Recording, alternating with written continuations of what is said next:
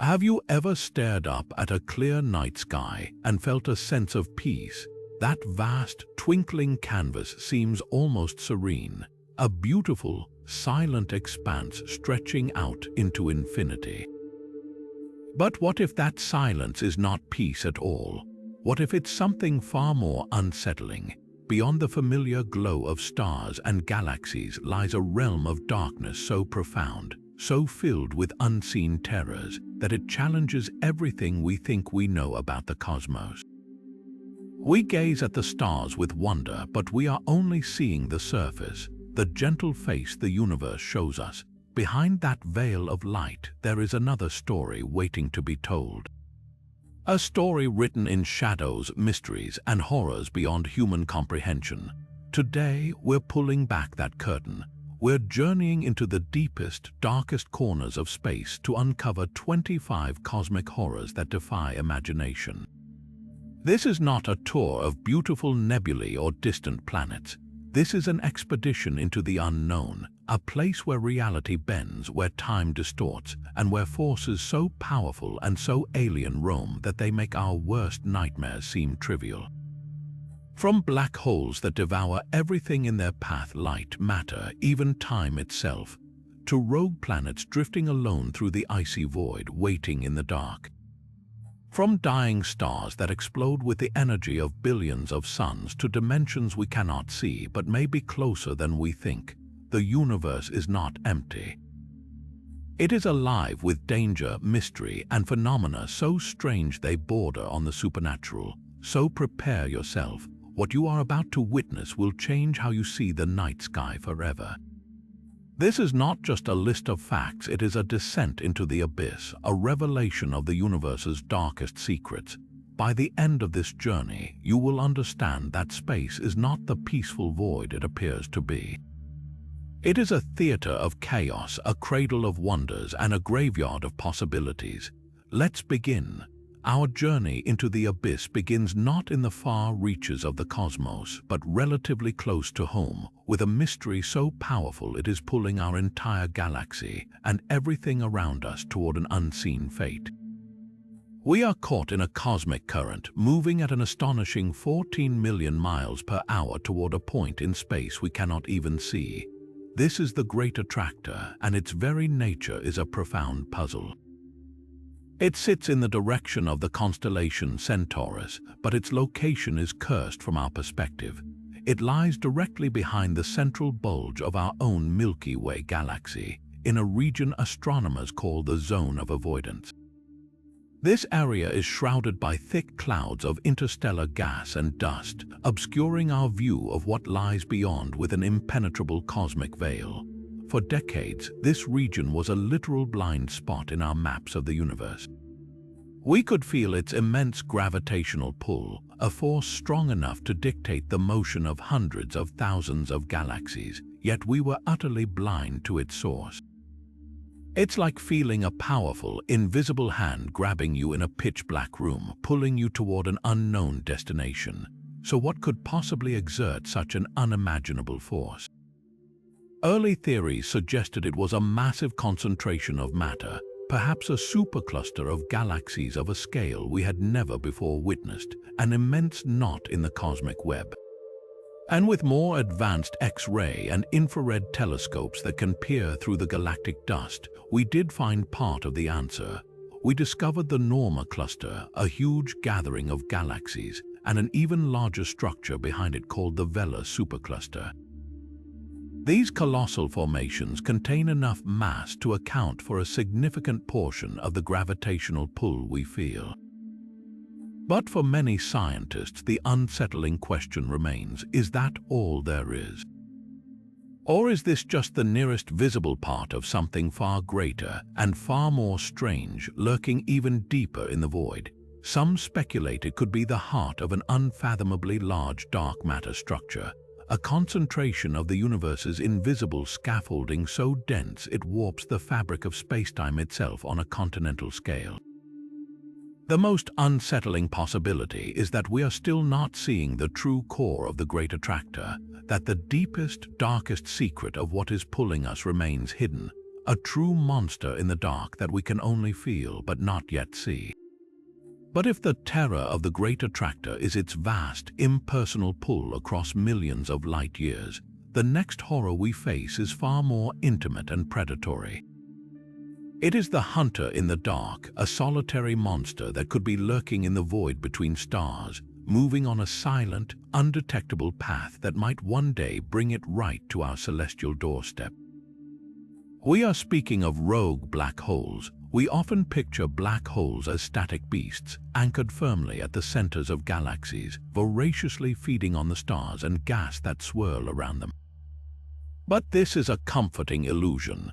The universe is dynamic and violent, and these monsters can be thrown from their lairs. When galaxies collide in a catastrophic dance lasting millions of years, the supermassive black holes at their cores can be flung outward by the immense gravitational forces at play.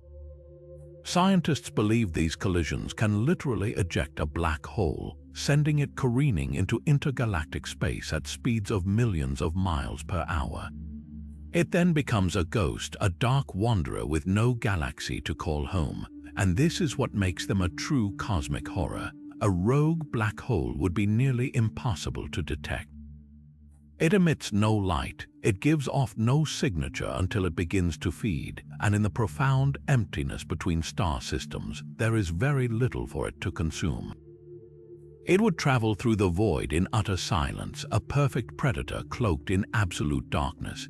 Its only telltale sign would be the subtle way it warps the fabric of space-time around it, an effect so minuscule at a distance that it would evade all but the most deliberate and lucky observations. We could only infer its presence by watching for the strange, unexplained gravitational lensing of distant stars, a subtle bending of starlight from a source we cannot see. Now imagine the unimaginable, one of these invisible titans with a mass millions of times that of our Sun, on a lonely voyage that happens to intersect with our solar system.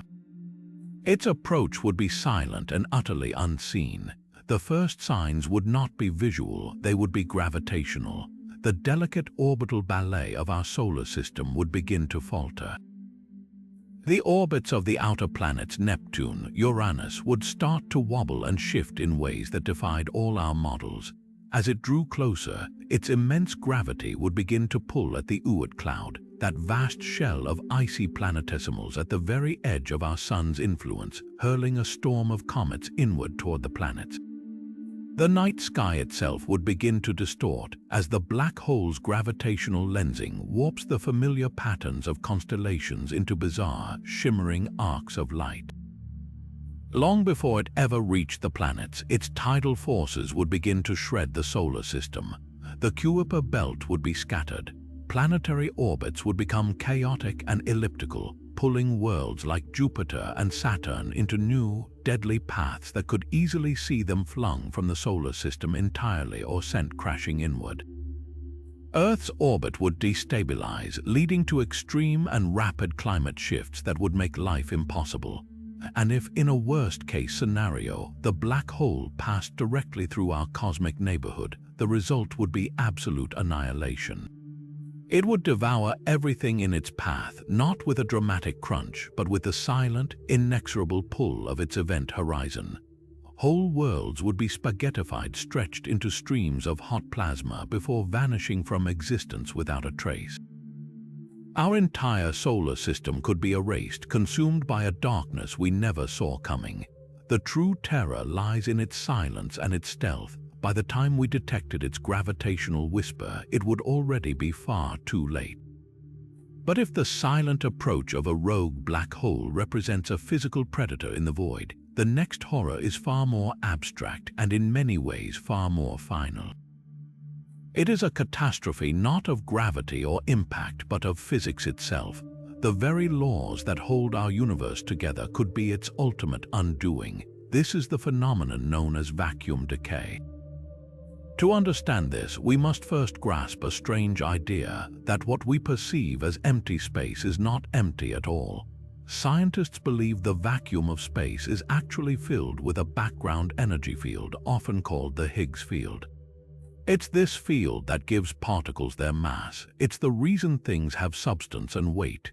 Think of our universe's current state as a valley nestled high in the mountains.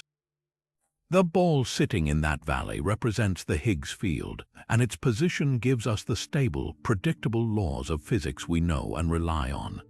Our entire existence is built upon this valley's specific shape.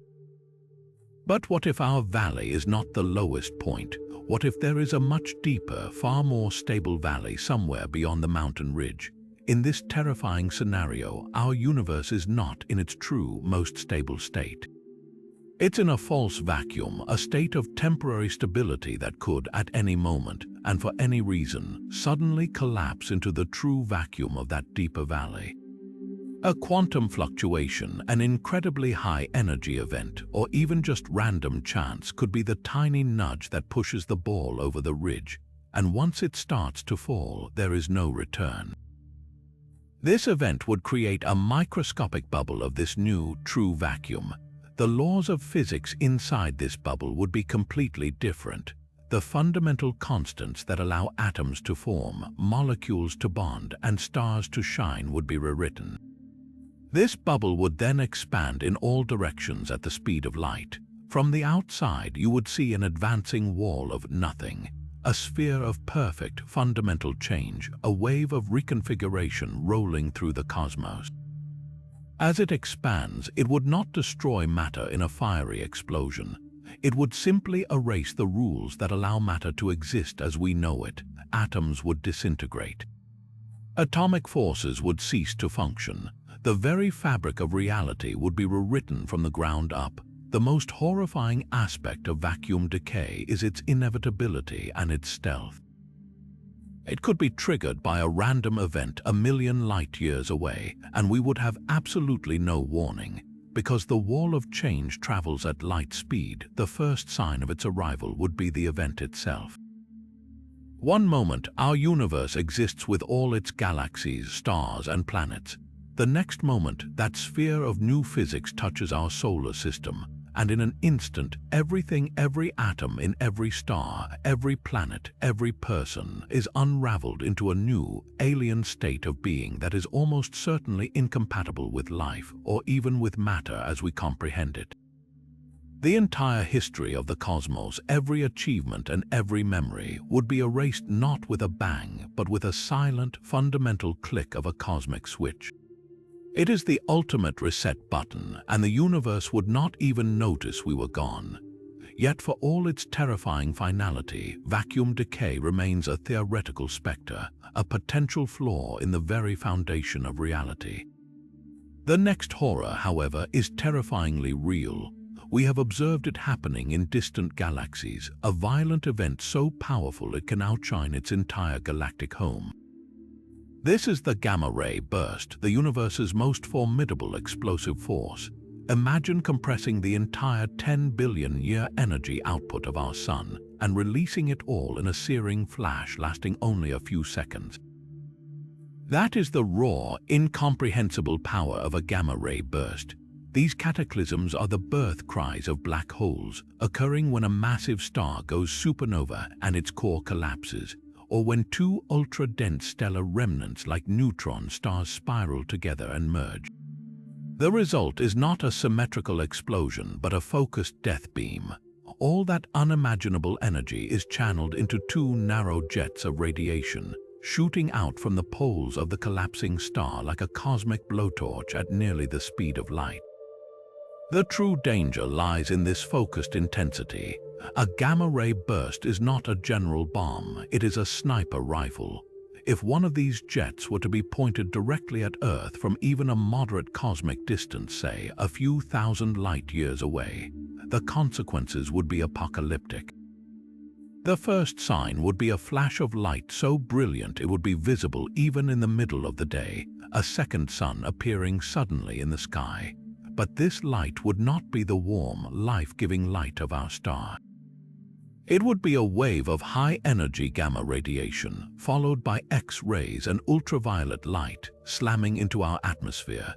This onslaught would violently rip apart the molecules in our protective ozone layer, chemically transforming it and tearing a gigantic hole in our planet's primary shield against solar radiation. In mere seconds, a blast that lasted less than a minute could obliterate up to half of our ozone, with the damage continuing to compound over time. The immediate effects would be devastating, but the long-term consequences would be an extinction-level event. With our protective layer stripped away, the full, unfiltered fury of the sun's ultraviolet radiation would reach the surface. This would not merely give rise to widespread sunburns, it would trigger a catastrophic collapse of the base of the food chain. Phytoplankton in the oceans, which produce a significant portion of Earth's oxygen and are a fundamental food source, would be largely wiped out. Plants on land would suffer severe DNA damage, stunting growth and crippling agriculture. Animals and humans exposed would face soaring rates of cancer and severe mutations.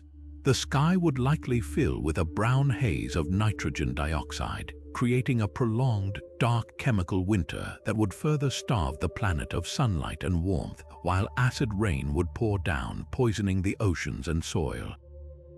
It is a scenario eerily similar to some theories about the Ordovician extinction event 450 million years ago, which wiped out over 80% of all marine species.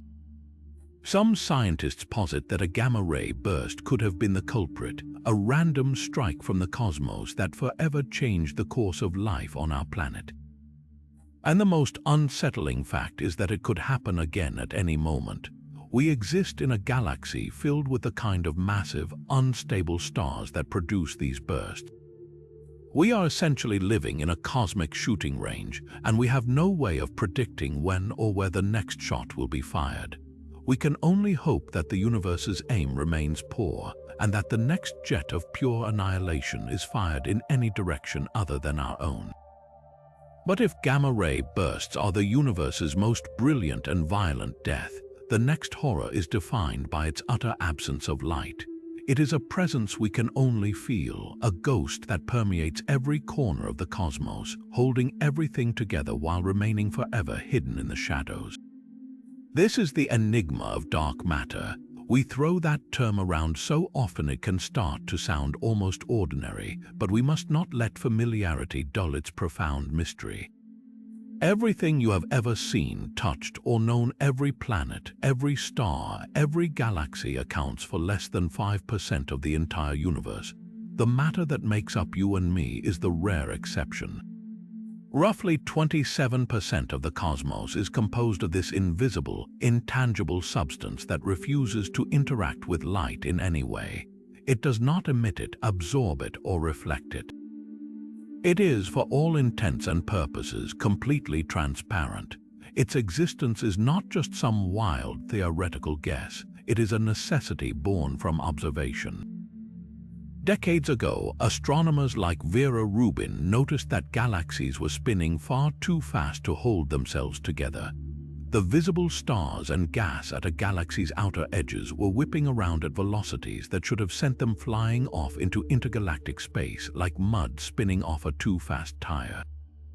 The only explanation was that each galaxy was embedded within a massive, unseen halo of something else, a gravitational anchor with immense mass that we simply could not see. This is the dark matter halo, a vast spherical cloud that envelops every galaxy, its density increasing toward the center, providing the extra gravitational glue that prevents the entire structure from flying apart.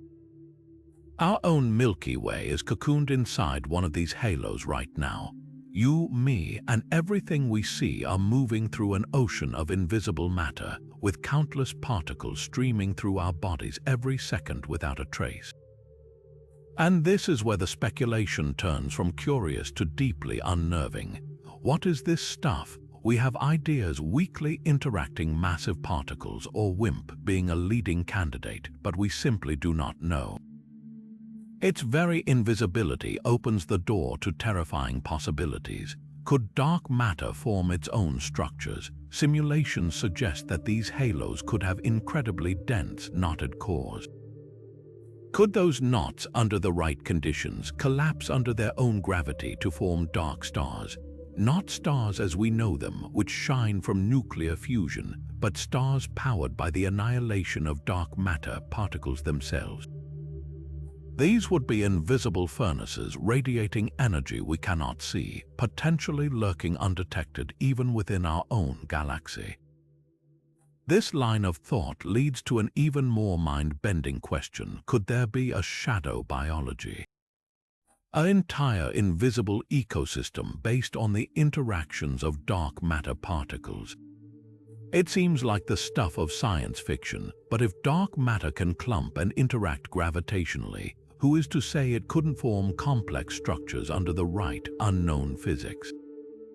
The idea that we share our planet, our solar system, even our very homes with an entire, unfathomable biosphere that we are utterly blind to is a profound and unsettling thought.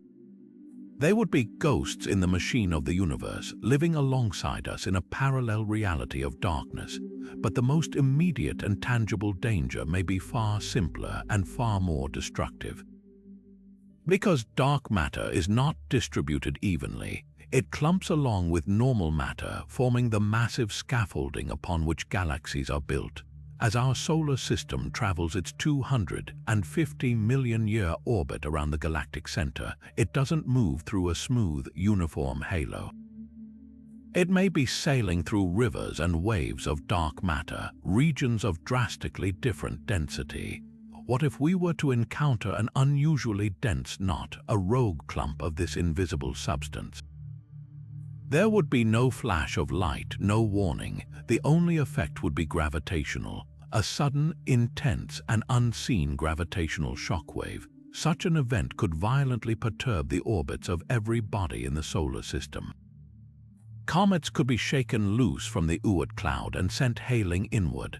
The Earth's stable orbit could be altered, either thrown into a deep freeze by moving further from the sun or baked by moving closer. The solar system's delicate clockwork could be thrown into chaos by an invisible hand we never saw coming. A reminder that we are flying blind through a universe where the majority of the substance remains a terrifying and potentially dangerous mystery. Yet even as dark matter saturates the cosmos in invisible plenitude, holding the universe together with its ghostly pull, our next horror presents us with the exact opposite, a terrifying absence. A void so profoundly empty, so vast in its nothingness, that its very existence seems to defy the laws of the universe itself. This is the Boötes Void, often called the Great Nothing.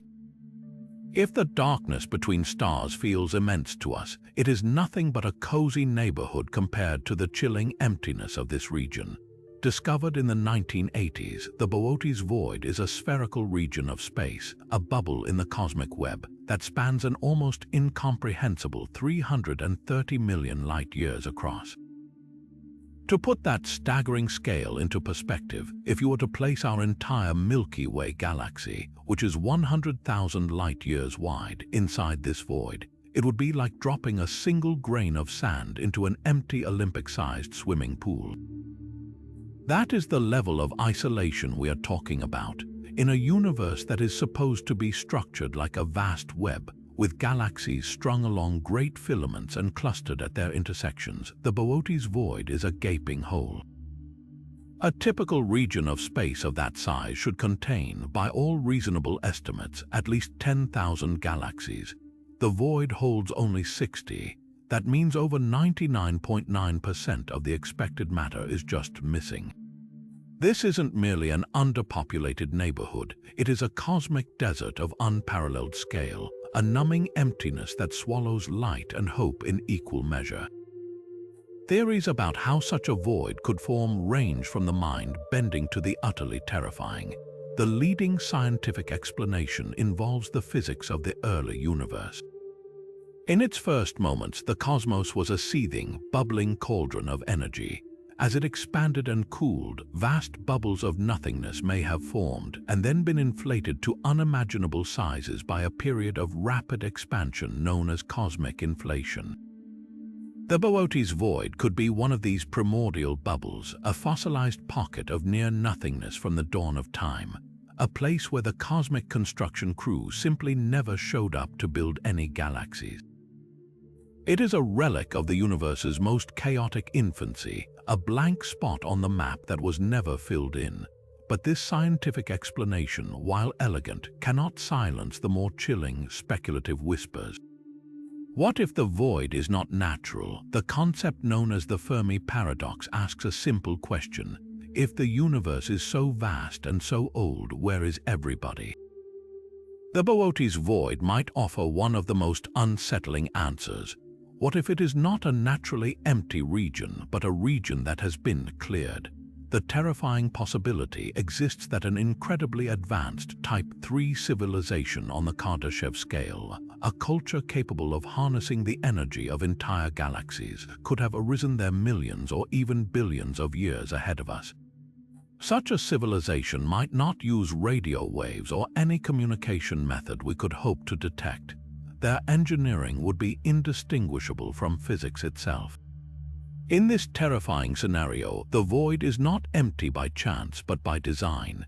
A civilization with such godlike power might have found a way to harvest the very energy of stars, dismantling galaxies one by one to fuel its endless expansion, or perhaps to construct a universe-spanning supercomputer, a matryoshka brain of incomprehensible scale. They would have effectively turned off the lights in their entire cosmic neighborhood, leaving behind a dark, silent monument to their power. The 60 galaxies that remain could be mere preserves, or perhaps they were simply too far away to be worth the effort. This idea transforms the void from a lonely desert into a chillingly managed wilderness, a galactic-scale game reserve where we might be the ones being observed from the silent, empty dark. The true horror of the Boötes Void, then, is not just its emptiness but its silence. In a universe that should be buzzing with the natural radio chatter of countless galaxies, this region is deafeningly quiet. That silence is a canvas onto which we can project our deepest fears. Does the silence mean there is nothing there to find? Or does it mean that whatever is there is so advanced, so alien, that it has no need to make a sound we could ever hear? It is a perfect hiding place for something that does not wish to be found. A predator does not announce its presence in the forest. It stays silent, watching and waiting. The Great Nothing might be the ultimate camouflage for intelligence so far beyond our own that we are to them as ants are to us, utterly beneath notice until we somehow become a nuisance. To gaze into the Boötes Void is to stare into the ultimate abyss, and the most frightening answer it might give is not a scream, but the echo of our own insignificant wonder reflected back at us in a sea of endless, silent dark.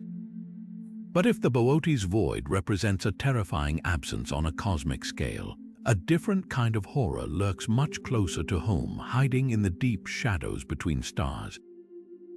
These are the orphans of the cosmos, worlds cast out from the warmth of their parent suns to drift forever in the freezing, lightless void. We are speaking of rogue planets.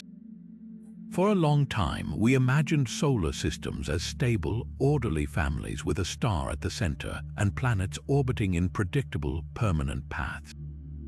We now know the universe is far more chaotic. Galactic collisions, close gravitational encounters between stars, and the violent dynamics of young planetary systems can easily fling a planet from its orbit, sending it careening into the interstellar abyss.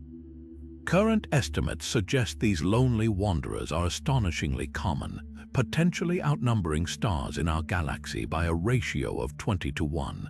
That means our Milky Way could be home to hundreds of billions of these dark, nomadic worlds, a vast invisible population sailing silently through the night. Imagine the environment on such a world. Without a sun, its surface would be plunged into a perpetual and absolute darkness, a cold so profound it defies human comprehension. Temperatures would hover just a few degrees above absolute zero, the point where all molecular motion ceases. The landscape would be a frozen wasteland, perhaps of solid ice or bare rock, forever locked in a deep freeze under a starless black sky. There would be no day, no night, no seasons, only an eternal, unchanging state of frigid gloom. the very concept of a year becomes meaningless. Time is measured only by the planet's slow, silent rotation as it travels on a million-year journey from nowhere to nowhere. Yet within this shell of ice and rock, a startling possibility for life might persist.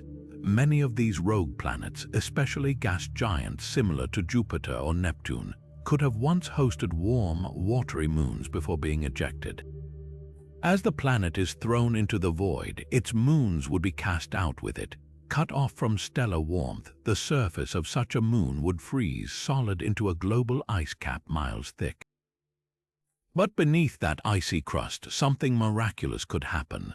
The gravitational tug of war with its parent planet, along with the decay of radioactive elements in its core, could generate enough internal heat to maintain a vast global subsurface ocean of liquid water.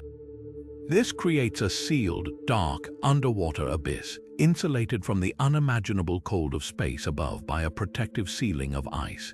Here, in total darkness and under immense pressure, life could not only survive but potentially thrive, fueled by chemical energy from hydrothermal vents on the ocean floor, much like the bizarre ecosystems we find in the deepest trenches of Earth's oceans.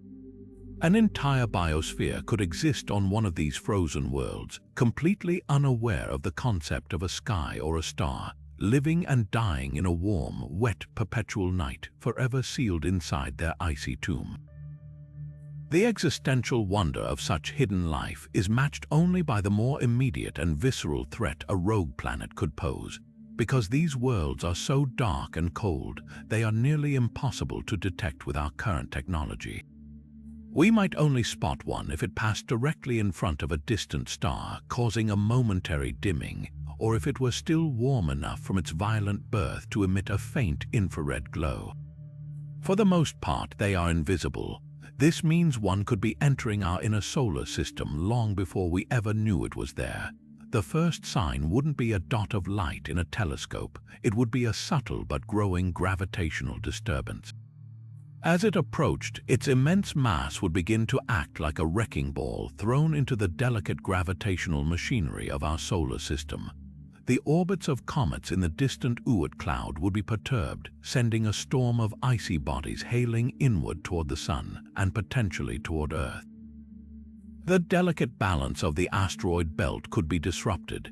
The orbits of the outer planets themselves, Jupiter, Saturn, Uranus, and Neptune, could be altered, their gravitational influences on each other and the inner solar system changing in unpredictable ways.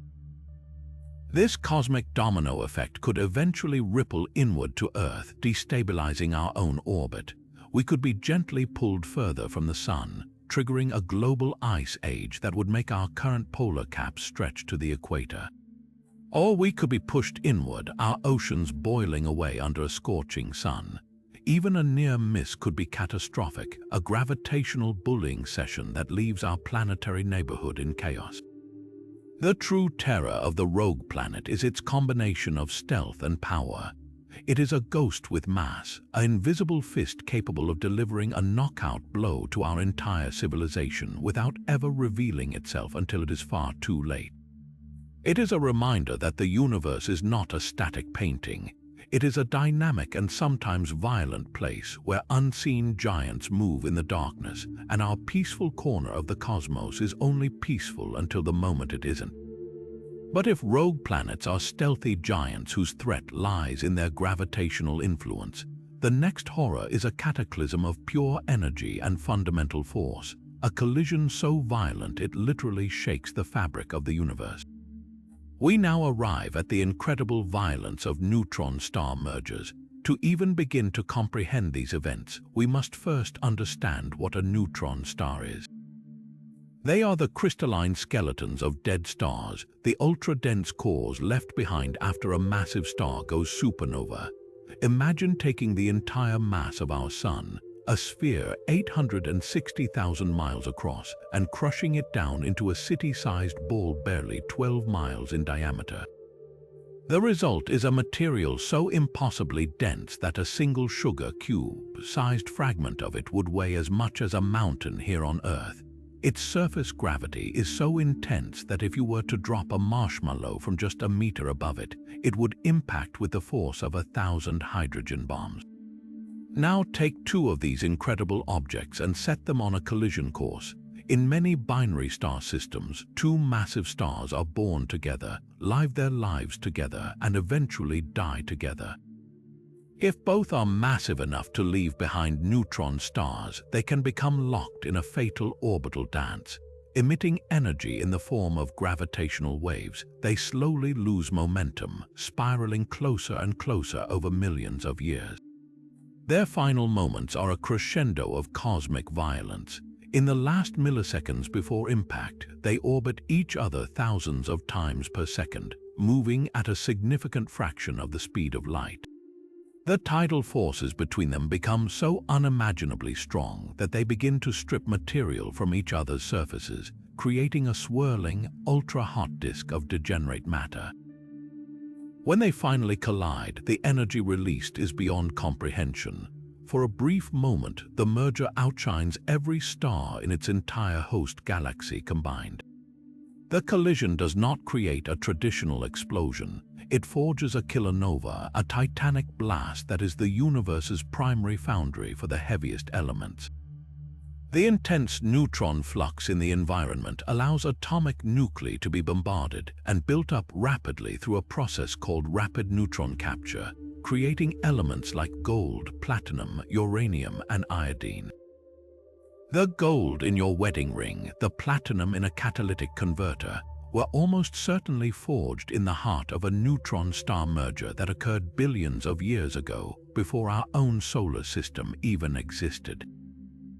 We are literally made from the ashes of these most violent cosmic events, and it is this creative force that also makes them so terrifyingly destructive. The collision unleashes a hellish barrage of radiation across the entire electromagnetic spectrum. But the most deadly component is a pair of narrow, focused jets of gamma radiation and high-energy particles shooting out from the poles of the merger remnant at nearly light speed, another gamma-ray burst. If Earth were to find itself in the crosshairs of such a jet from an event within a few thousand light-years, the consequences would be similar to a direct hit from a gamma-ray burst born from a supernova. Our atmosphere would be chemically scorched, our protective ozone layer obliterated, and the surface bathed in lethal radiation that would trigger a mass extinction. But a neutron star merger adds another, more insidious weapon to its arsenal, an immense flood of cosmic rays. The chaotic magnetic fields involved are almost beyond description, trillions of times stronger than Earth's magnetic field. These fields act as unimaginable particle accelerators, whipping protons and atomic nuclei to near light speed and firing them off in all directions. Unlike the focused gamma-ray jet, this cosmic ray shower would be omnidirectional. A nearby merger, even one whose gamma-ray jet missed us, could still douse our entire solar system in a wave of high-energy particles for months or even years. This sustained irradiation would further damage Earth's atmosphere and pose a significant radiation risk to any life on the surface, increasing cancer rates and causing genetic damage on a global scale. It is a one-two punch of cosmic destruction, a potential direct blast of gamma rays followed by a prolonged radioactive shower, a testament to the fact that in the universe, the same events that create the building blocks of life can also be the instruments of its utter annihilation.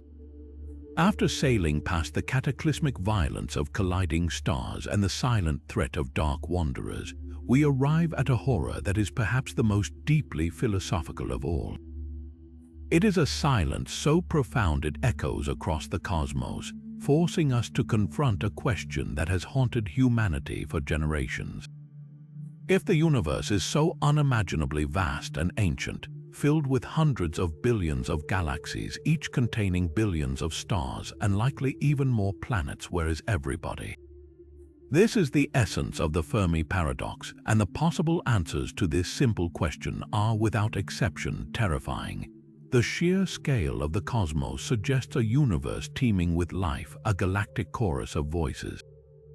Yet when we point our radio telescopes to the heavens, we are met with nothing but a deafening, unnerving silence. This silence is not peaceful. It is the most frightening sound in the universe because it implies that something is very, very wrong. Scientists and thinkers have proposed numerous solutions to this paradox, and many of them paint a chilling picture of our future. One of the most prominent and unsettling ideas is the concept of the Great Filter.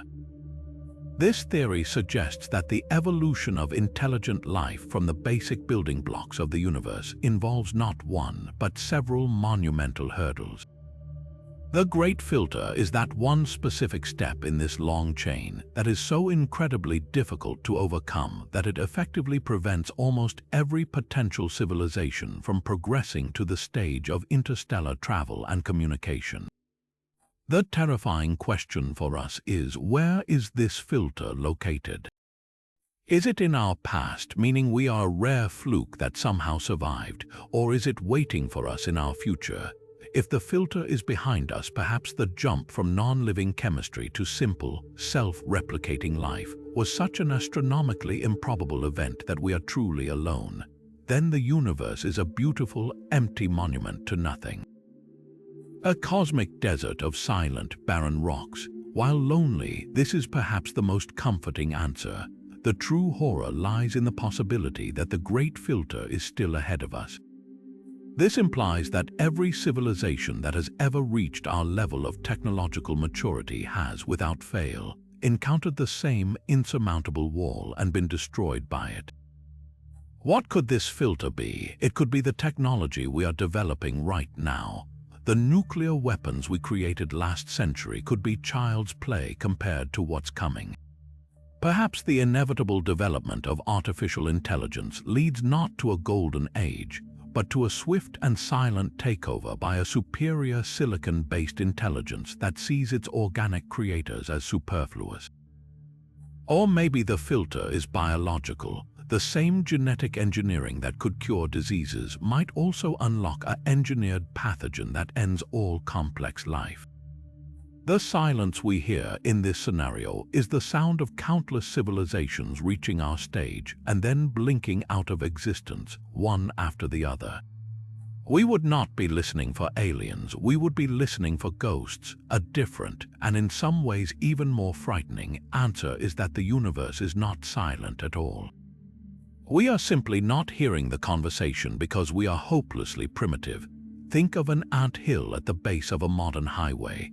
The ants are aware of the immense, rumbling vibrations and may even sense the giants moving past them, but they have absolutely no framework to understand what a car is, why it moves, or that it was built by intelligent beings.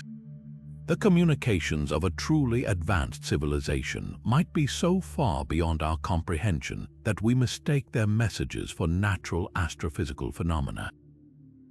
They might use neutrino beams or gravitational waves to communicate, technologies we are only just beginning to dream of. Their transmissions could be all around us and we are simply too deaf to hear them. This leads to the darkest solution of all, the zoo hypothesis, or more ominously, the predator hypothesis. The zoo hypothesis suggests that advanced civilizations are indeed out there, and they are fully aware of us, but they have chosen to deliberately isolate us in a kind of cosmic wildlife preserve. They observe us from a distance, not out of malice, but perhaps out of a protocol to avoid interfering with a developing culture until it reaches a certain maturity. While strange, this is still a relatively benign idea. The predator hypothesis, however, is the stuff of ultimate nightmares. It posits that the cosmos is a dark forest. Every civilization is a hunter wandering through this forest, listening intently but afraid to make a sound. Why? Because any civilization that announces its presence might be seen as a threat by another, more powerful civilization. In this terrifying scenario, the only safe strategy is to stay hidden and to immediately eliminate any potential competitor you discover before they can do the same to you. The silence we hear is not a sign of absence, it is the silence of perfect camouflage. Every other civilization is hiding, just like us, terrified of being found. And the reason we haven't found anyone is that those who are foolish enough to broadcast their location have already been silenced. This transforms the search for extraterrestrial intelligence from a hopeful endeavor into a potentially suicidal one. Our attempts to listen could be safe, but our attempts to say hello could be inviting a predator to our doorstep. Interwoven with these theories are the sobering voices of scientists who study this field. Astronomer Jill Tarter spent her career searching for signals, her work inspiring the film Contact. She often spoke of the need for patience, that the cosmic haystack we are searching is unimaginably large. Yet the continued silence weighs heavily. Physicist David Brin has written extensively on the zoo hypothesis, questioning whether it represents a hopeful future or a gilded cage. And the late Stephen Hawking repeatedly issued stark warnings against actively broadcasting messages to the stars, comparing it to the folly of Native Americans welcoming European explorers, an encounter that did not end well for the less technologically advanced culture. He urged extreme caution, fearing that an advanced alien civilization might not see us as equals to be welcomed, but as primitive organisms to be conquered, or worse, as a resource to be harvested. Their imagery is not of friendly faces, but of a universe that is cold, competitive, and ruthlessly efficient. The eerie, dark vistas of nebulas and the cold, dead surfaces of distant exoplanets that we see from our telescopes take on a new meaning in this light. They are not just beautiful, they are potential hiding places or perhaps graveyards. Each distant star system becomes not a potential home for a friend, but a possible lair for a hunter. The Fermi paradox forces us to look up at the quiet night sky and wonder if we are the first, the last, the only, or simply the next. But this line of thinking leads us to perhaps the most personal and psychologically unsettling horror of all, one that turns the lens of terror inward, from the vast cosmos to the very nature of our own consciousness. We have explored monsters in the dark and cataclysms from afar, but what if the true horror is not something that kills the body, but something that traps the mind in an endless cycle of dying? This is the chilling theory of quantum immortality, a thought experiment that emerges from the many worlds interpretation of quantum mechanics. At its heart, quantum mechanics tells us that at a subatomic level, reality is not fixed. Particles exist in a state of probability, a cloud of potential outcomes, until they are observed and forced to choose a single state. The many worlds interpretation takes this a step further, proposing that every time a quantum event with multiple possible outcomes occurs, the universe doesn't choose, it splits.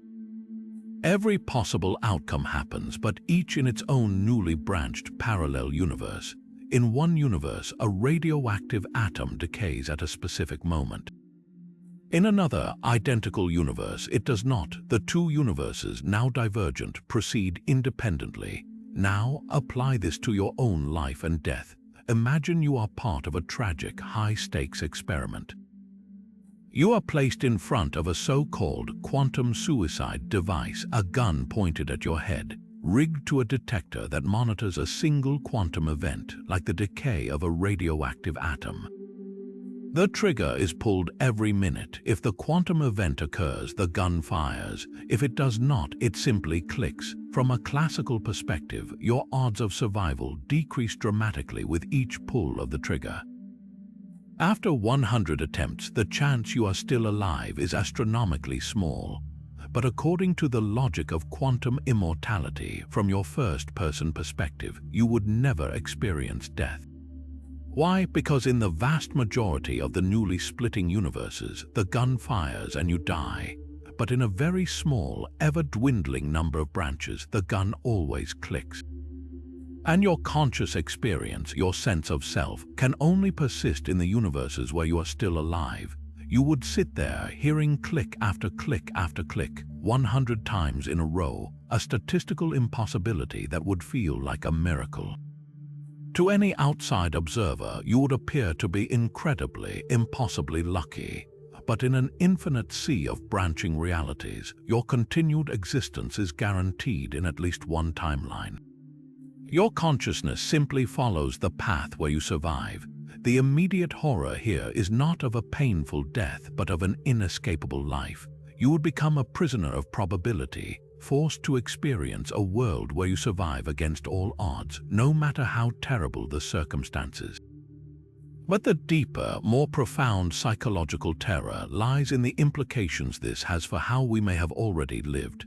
Think of every near miss in your life, the car accident you barely avoided, the illness you recovered from against the odds, the moment you decided not to get on a plane that later crashed.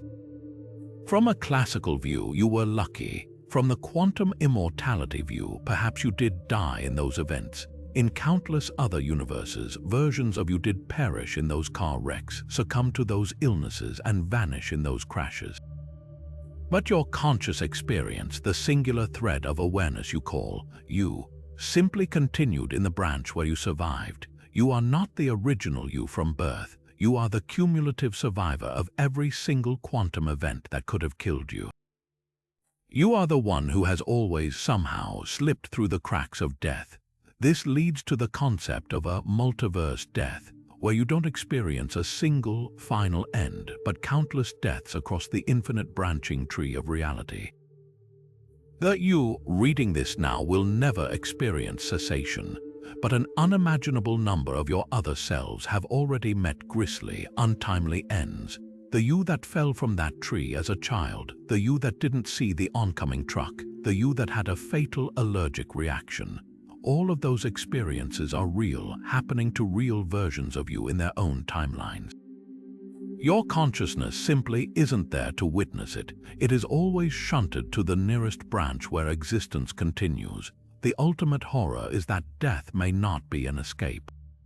It might be something that happens to other versions of you, while your own awareness is forced to continue on a seemingly endless journey, eventually finding yourself alone in a distant future as the last human in a cold, dead universe, alive not by choice but by the unyielding mechanics of quantum probability. You would become the ultimate cosmic survivor, and your immortality would be the greatest curse imaginable. But after contemplating the surreal fate of our own consciousness across infinite realities, we must now anchor ourselves back in a single, terrifyingly certain timeline, one governed not by quantum chance but by the unyielding laws of stellar physics.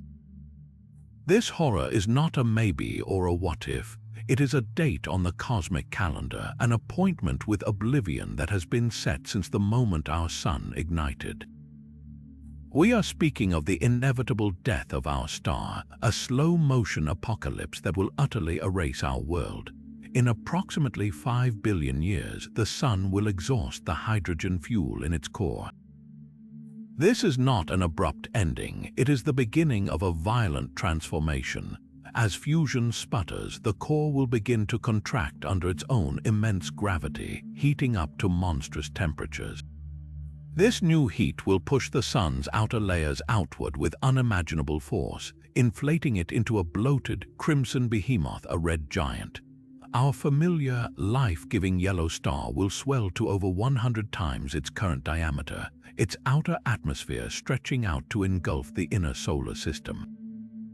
The first world to vanish will be Mercury. The tiny, cratered planet will offer no resistance, simply being swallowed whole by the tenuous but searing hot outer layers of the stellar atmosphere. It will vaporize silently, its substance added to the star that gave it birth. Next will be Venus, the hellish twin of Earth, its thick clouds and acidic skies providing no defense against the advancing wall of fire. It too will be consumed, its history erased in a final, fiery embrace. Then the swelling edge of the sun will reach our own world. Earth will not be engulfed instantly. For a time, it will orbit within the sun's extended corona, a scorching realm of thin, superheated plasma. This is where the true, prolonged horror begins. The planet will be bathed in an intensity of heat far beyond anything ever experienced. The familiar blue and white marble will transform into a hellish landscape. The oceans will not simply evaporate in a quick burst, they will undergo an agonizingly slow boil. the skies will churn with superheated steam, a thick, suffocating blanket that traps the escalating heat below. The rocks themselves will begin to glow a dull red, then orange as the surface temperature rises to thousands of degrees. The atmosphere will be stripped away, molecule by molecule, blasted into the void by the pressure of the solar wind from the now giant star. The mountains we know will slump and melt into vast seas of magma. Every trace of human civilization, every city, every monument, every artifact of our existence will be liquefied, then vaporized, leaving no physical evidence that we were ever here. This is not a quick explosion, but a drawn-out cooking, a billion-year-long funeral pyre for an entire planet. Eventually, the sun's expansion will cross a final threshold, and Earth's orbit will decay, dragging our molten, skeletal remnant down into the sun's photosphere to be assimilated, joining its sister planets as nothing more than a slight metallic enrichment in the composition of a dying star. Our entire world and every memory of it will be physically consumed by its parent star. The sun itself will not survive this transformation. After its red giant phase, it will violently shrug off its outer layers, creating a beautiful but deadly planetary nebula, a glowing shell of incandescent gas that will expand out into space, illuminated for a few tens of thousands of years by the intensely hot core left behind. That core will remain as a white dwarf, an Earth-sized ember of degenerate matter that will glow with residual heat for trillions of years before eventually cooling to a black dwarf, a cold, dark cinder in the void. This is the ultimate fate of our solar system, a brief, beautiful funeral shroud surrounding a dead star, the only monument to the worlds that once were. Yet for all the terrifying finality of our sun's eventual death, a different kind of horror invites us to look not forward but backward, to the very birth of the universe itself. And what we find there, imprinted on the oldest light in existence, is a set of cosmic fingerprints that do not match the story we thought we knew. This is the mystery of the cosmic microwave background anomalies. The cosmic microwave background, or CMB, is often called the afterglow of the Big Bang. It is the remnant heat from the birth of the universe, cooled and stretched by 14 billion years of expansion into a faint microwave static that permeates all of space. For decades, this background radiation was the ultimate proof of the Big Bang model, a nearly perfect blackbody signal that was almost completely uniform in every direction. This uniformity was the cornerstone of our understanding, suggesting the infant universe was a smooth, hot soup of particles, but then our satellites got better. First the COBE satellite, then WMAP, and finally the incredibly precise Planck Observatory, painted exquisitely detailed maps of this ancient light. And that is when scientists saw it. The universe's oldest baby picture was lopsided. The data revealed strange, unsettling irregularities that should not exist. The most famous of these is the so-called axis of evil, a bizarre alignment of large-scale fluctuations in the CMB that seem to point in a preferred direction across the cosmos. In a universe that is supposed to be isotropic, looking the same in every direction, with no special center or axis, this is like finding that all the scattered pieces of a shattered vase have somehow lined up to point toward one specific corner of the room. It defies the fundamental cosmological principle that has guided our understanding for a century. Other anomalies quickly surfaced. There is a mysteriously large cold spot in the southern galactic hemisphere, a vast circular region where the microwaves are significantly cooler than the models predict. There is a hemispheric power asymmetry where one half of the sky shows stronger fluctuations than the other, and perhaps most bizarrely, the universe appears to be moving. The entire CMB pattern is subtly shifted, suggesting our local group of galaxies is being pulled by an immense gravitational force from beyond the observable universe, a place we can never see. These are not minor statistical quirks, they are profound cracks in the foundation of modern cosmology, So what could these anomalies mean? The explanations are as thrilling as they are terrifying. One possibility is that these patterns are evidence of a universe that existed before our own Big Bang. The cold spot could be the cosmic bruise from a collision with another universe in the vast multiverse, a bubble that bumped into ours during inflation. The axis of evil could be a gravitational imprint left on our universe by the structure of that parent cosmos, a ghost in the machine from a time before time. This would mean our entire reality is just one bubble in a frothing sea of infinite universes, each with its own physical laws, and some of those neighbors might be close enough to leave a mark.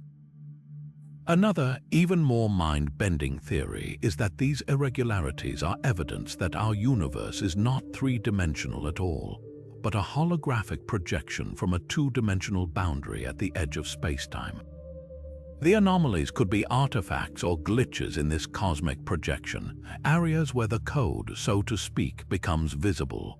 Or they could point to the existence of hidden dimensions as predicted by string theory, dimensions that are curled up so small we cannot perceive them but whose geometry influences the large-scale structure of reality we see in the CMB.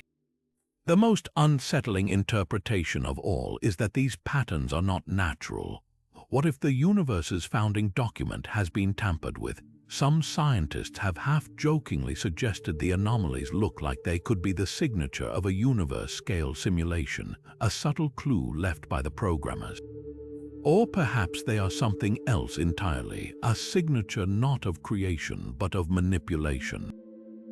Could the CMB be the astronomical equivalent of altered fossils? Evidence that the fundamental constants of nature were fine-tuned by an intelligence so vast its works are written into the fabric of spacetime itself. The idea that the very laws of physics might not be fundamental, but were instead set by some prior entity, is a profound and humbling thought.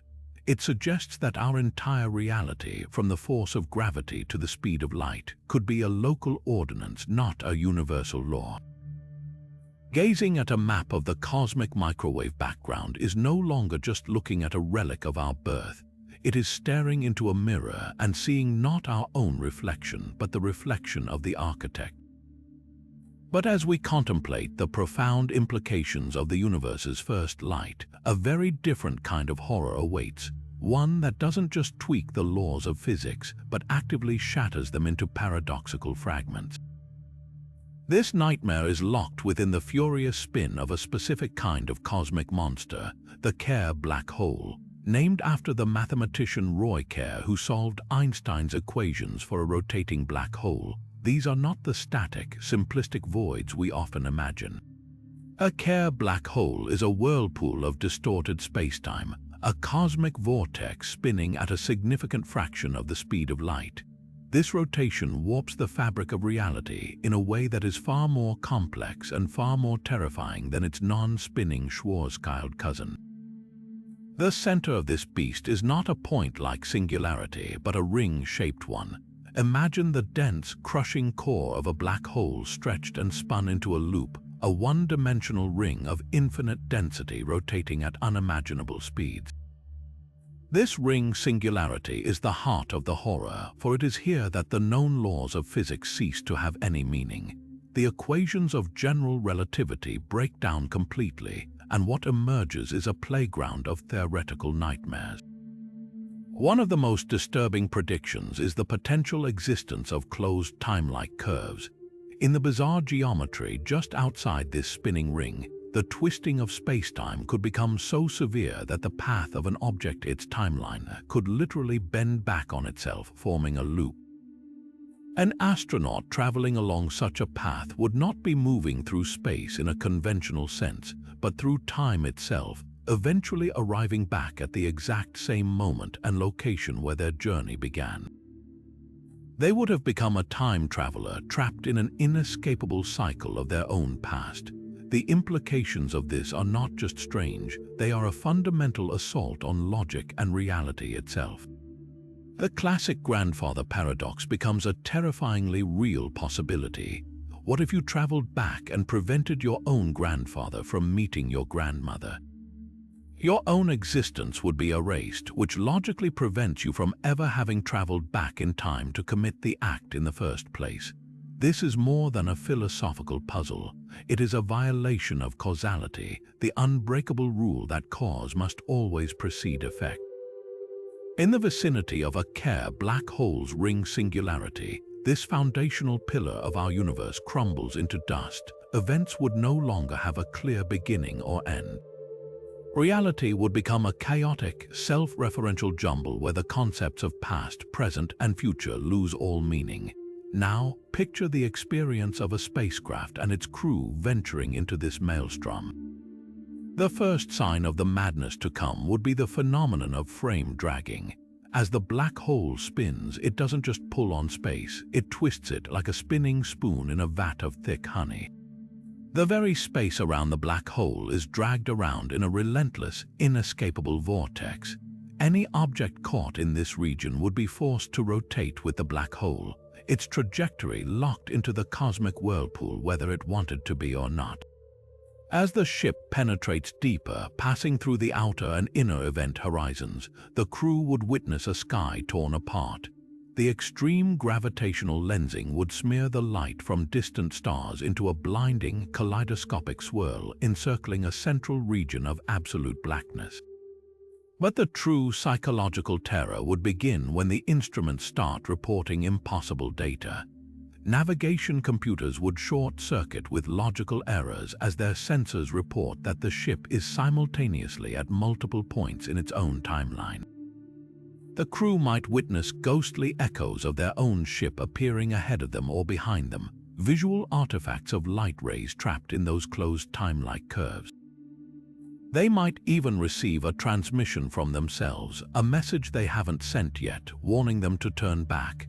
The ultimate nightmare would be to cross the threshold into the region where these closed time-like curves are stable. Here, the crew would no longer be traveling forward through time. They would be walking in circles along their own history. They could witness their own birth, their own decisions, their own death, all happening out of sequence in a horrifying, nonsensical collage of moments. Their consciousness would be stretched across time, experiencing the past and the future as a simultaneous, unbearable present. They would be trapped in a reality where every action could negate its own cause, where memory becomes meaningless because the past is not fixed, and where the very concept of a coherent self dissolves into a fractured mosaic of paradoxical events. It is a fate worse than spaghettification or being crushed into a singularity. It is the complete and utter unraveling of existence itself, not through destruction, but through an infinite, inescapable loop of chaotic causality. The Kerr black hole doesn't just kill you, it deletes the logical framework that made your life a story with a beginning, a middle, and an end, leaving you instead in a hellish, eternal paradox. Yet after surviving the mind-bending paradoxes of a Kerr black hole, our next great threat comes from a source not of infinite density, but of near total emptiness. It is the darkest, most distant frontier of our own solar system, a place so far removed from the sun's warmth and light that it exists in a state of perpetual frozen slumber. This is the Oort cloud, and its silent, icy inhabitants hold the potential for chaotic and unpredictable destruction. To truly grasp the scale of this region, we must first undertake a mental journey. Imagine you are standing on the sun. You begin to walk outward, passing the rocky inner planets in just a few steps. A slightly longer stroll takes you past the gas giants Jupiter, Saturn, their massive orbits now feeling like neighborhood blocks. You press on, eventually leaving behind Pluto and the Kuiper belt, a disk of icy debris that marks the end of the planetary zone, but your journey is only 1% complete. You must now walk for weeks, months, and then years through an overwhelming nothingness. Finally, after traveling a distance so vast it defies earthly comparison, you reach the inner edge of the Oort cloud. This is not a flat belt like the asteroid belt or the Kuiper belt. It is a vast, spherical shell of icy planetesimals that envelops the entire solar system like a colossal, invisible cage. It extends from roughly 2,000 astronomical units out to a mind-numbing 100,000 astronomical units from the Sun. To put that in perspective, 1 astronomical unit is the distance from the Earth to the Sun. The outer edge of the Oort cloud is a quarter of the way to the nearest star. This is the true outer darkness of our celestial home. Within this immense spherical shell are trillions of icy objects, dormant comets, frozen mixtures of rock and ice, some as small as a mountain and others potentially as large as planets. They are the leftover building blocks of the solar system, flung out to these extreme distances by the gravitational interactions of the young gas giants billions of years ago. Here, at the absolute limit of the Sun's gravitational influence, these objects are barely bound to our star. They hang in a state of delicate equilibrium, their orbits so vast that a single trip around the Sun can take millions of years. They are the ultimate sleeper cells of the solar system, silent and unseen but far from inert. The primary danger of the Oort cloud is its profound susceptibility to outside influence. Because these objects are so loosely tethered to the Sun, even the slightest gravitational nudge can disrupt their stable orbits. The most common disruptors are passing stars. Our Sun is not stationary. It orbits the galactic center, and on its journey, it occasionally has close encounters with other stellar neighbors. Every 100,000 years or so, another star may pass within a few light years of our solar system. While this sounds like a safe distance in gravitational terms, it is a near miss. As a star passes by, its gravity acts like a fishing net dragged through the outer Oort cloud, pulling thousands of these dormant icy bodies out of their stable orbits and hurling them inward. Some are flung out into interstellar space, lost forever, but a significant number are sent on new, plunging orbits that take them directly into the heart of the solar system, right toward the planets. These become long-period comets, the spectacular visitors with tails that stretch across the sky, but they are also potential planet killers on a slow-motion trajectory. But what if the disruptor is not a passing star, but something much closer and much more mysterious? This brings us to one of the most compelling and unsettling theories in modern astronomy, the search for Planet 9. For years, astronomers have noticed strange, clustered patterns in the orbits of several distant Kuiper belt objects. Their highly elliptical paths seem to be shepherded, aligned by the gravitational influence of something large and unseen. The only explanation that fits the data is the potential existence of a previously undetected planet, a super-Earth or mini-Neptune up to 10 times the mass of our own world, orbiting the Sun on a wildly elongated path hundreds of times further out than Earth. This hypothetical world, nicknamed Planet 9, would spend most of its multi-thousand-year orbit in the darkest depths of the outer solar system, its presence betrayed only by the subtle gravitational tug it exerts on everything else. If it exists, Planet 9 would be the ultimate puppet master of the Oort cloud.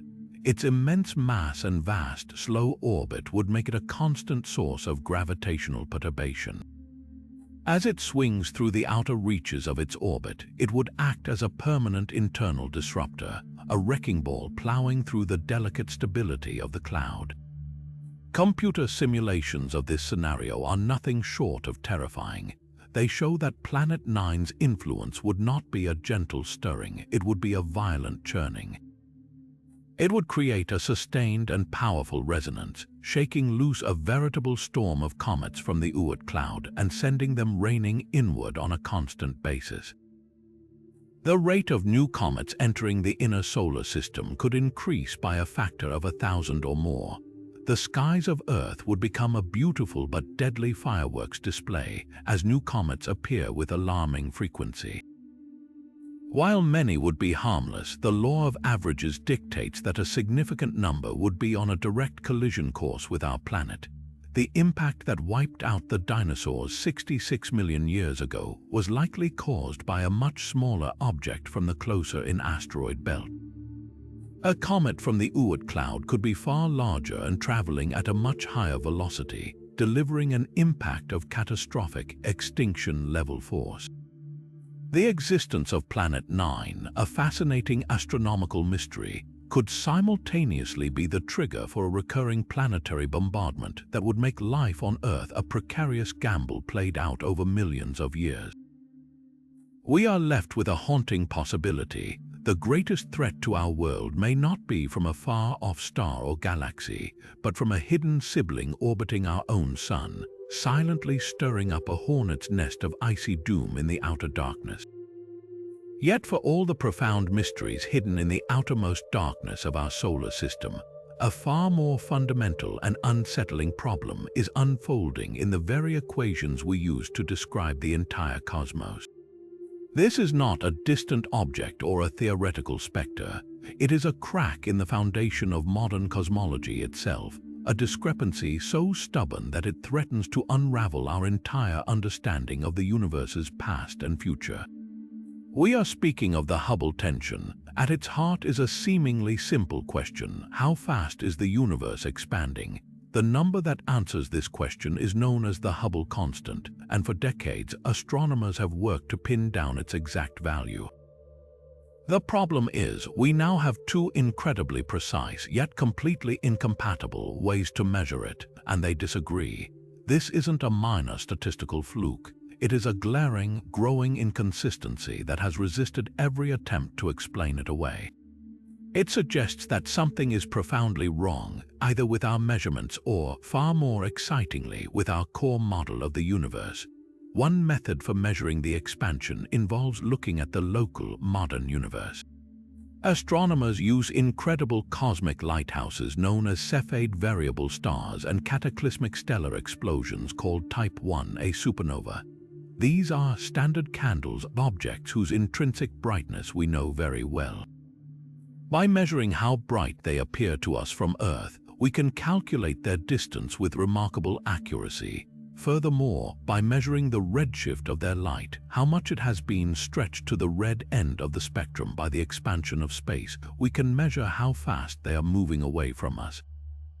This local measurement, painstakingly refined by teams using the Hubble Space Telescope, gives us a very specific high value for the Hubble constant. The other method looks back to the very beginning. It uses the detailed map of the cosmic microwave background, the ancient afterglow of the Big Bang as captured by the Planck satellite. This fossilized light shows us the infant universe when it was just 380,000 years old.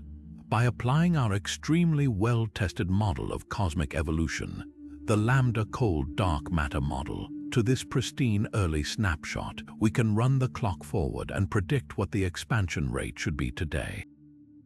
This prediction gives us a value that is significantly slower by several kilometers per second per megaparsec than the one we get from measuring the local universe. The two methods, both considered rock solid, disagree by about 9%.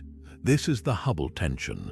It is as if you measured a tree's growth rate by looking at its rings and then by measuring the height of its branches today, and got two different answers for how fast it's been growing each year.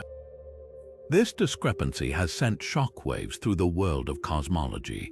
Initially, many hoped it was a simple error, a calibration issue, or a hidden systematic flaw in one of the measurements. But as the data has improved, the tension has only tightened, the error bars have shrunk, and the gap remains stubborn and real. This forces us to consider the terrifying and thrilling possibility that the error is not in our measurements but in our model. The lambda-CDM model, which has been the cornerstone of cosmology for a generation, might be incomplete. We may be missing a crucial piece of physics. The most prominent candidate for this missing piece involves dark energy, the mysterious force responsible for the accelerating expansion of the universe. In our standard model, dark energy is constant and unchanging property of space itself, represented by Einstein's cosmological constant. But what if dark energy isn't constant? What if it is dynamic, evolving over time? Perhaps dark energy was weaker in the past and is growing stronger now. This would mean the universe's expansion is accelerating at an increasing rate, which would neatly explain why our local measurements show a faster rate than the prediction based on the early universe. Other theories propose exotic new forms of dark energy, or even that dark energy interacts with dark matter in ways we haven't yet imagined. The most extreme outcome of an evolving dark energy is a hypothetical end to the universe known as the Big Rip. In this terrifying scenario, dark energy doesn't just accelerate expansion, it grows infinitely powerful over time. Billions of years from now, as the expansion rate becomes exponential and violent, it would first tear apart galaxy clusters, then individual galaxies. As the force grows stronger, it would overcome the gravity holding our own Milky Way together, shredding it into isolated stars. Closer to the end, solar systems would be ripped apart. In the final moments, the relentless expansion would overcome the forces holding planets and stars together, and they would explode. Then, it would overcome atomic forces, tearing apart molecules, atoms, and even the very nuclei of atoms themselves. The universe would end not with a collapse or a freeze, but with a fundamental shredding of the fabric of space-time, leaving behind a desolate, empty, and utterly lifeless void where nothing can ever form again. The Hubble tension could be the first faint whisper of this ultimate doom, a subtle clue that dark energy is not the constant we believed it to be, but a monster that is slowly waking up. Leading cosmologists are deeply engaged in this mystery. Nobel laureate Adam Rees, whose team has been at the forefront of the local measurements, has called the tension a midlife crisis for cosmology. He emphasizes that while they have triple-checked their work, the discrepancy persists. On the other side, George Efstathiou, a key figure in the Planck collaboration, has rigorously defended the CMB data, stating that if the tension is real, it points to new physics beyond the standard model. The next generation of telescopes, like the Nancy Grace Roman Space Telescope and the Vera C. Rubin Observatory, are being designed with solving this mystery as a primary goal. They will provide new, even more precise measurements, potentially revealing whether we are on the verge of a revolution in our understanding or staring into an abyss of unanswered questions. The Hubble tension is more than an academic debate. It is a direct challenge to our story of the cosmos, a warning that the universe may still have profound secrets that defy our most cherished theories. But the relentless, silent pull of dark energy and the subtle warnings of the Hubble tension are forces that operate on a scale of billions of years. Our next destination delivers a far more immediate and violent form of cosmic hell, a place where the very laws of physics are weaponized against existence itself. We now venture into the lethal orbit of a pulsar and the nightmarish worlds that might circle these stellar corpses. To understand the terror of a pulsar planet, you must first meet its master. A pulsar is not a star as you know it. It is the furious, spinning remnant of a supernova explosion, a neutron star with an identity crisis. This city-sized ball of ultra-dense matter is a cosmic lighthouse gone mad, spinning hundreds of times per second. As it rotates, its immensely powerful magnetic field, trillions of times stronger than Earth's, acts like a colossal particle accelerator, funneling radiation into two narrow, searchlight beams shooting out from its magnetic poles. If these beams are misaligned with the star's axis of rotation, they sweep across the galaxy like the beam of a frantic lighthouse.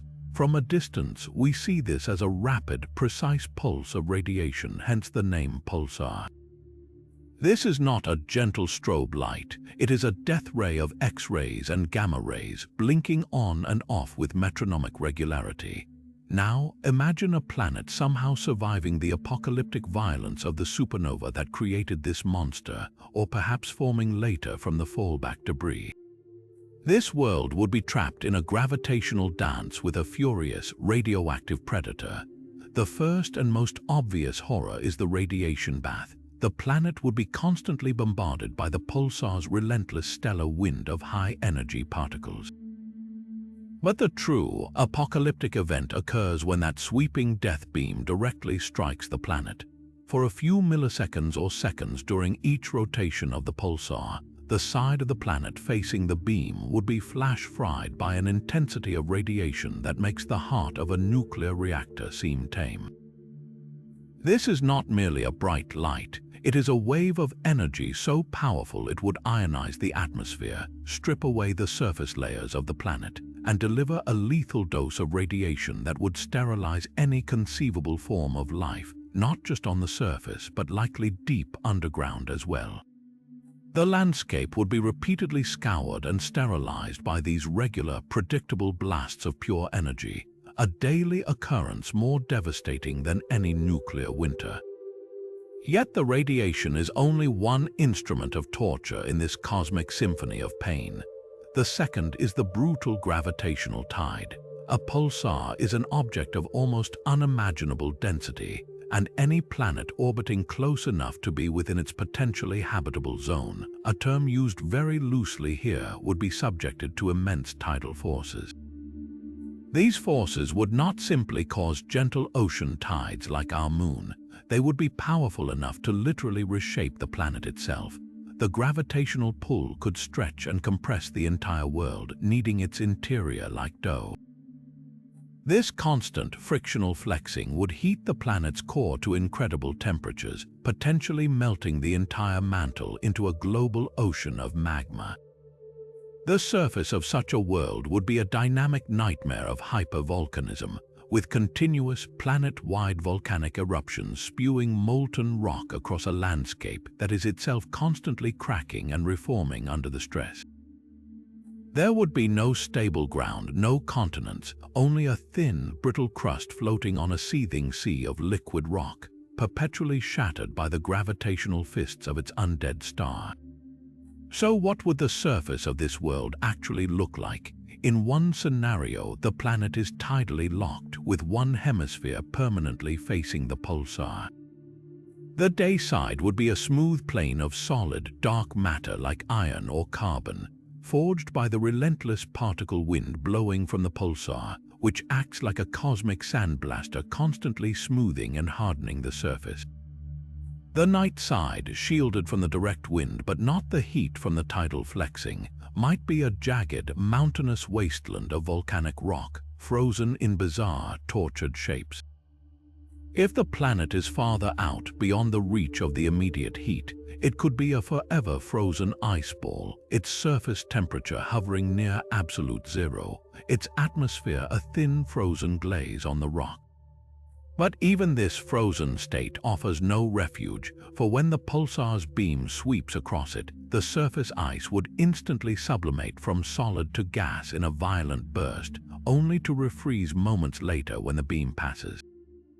The environment would be in a perpetual state of violent change, a world with no equilibrium, no peace, only a cycle of burning and freezing, melting and shattering. The very existence of such planets is a testament to the raw, destructive power of the universe. The first pulsar planets ever discovered, orbiting the pulsar PSRB 1257+12, were found in the 1990s, a shocking revelation that proved planets could form in the most hostile environments imaginable.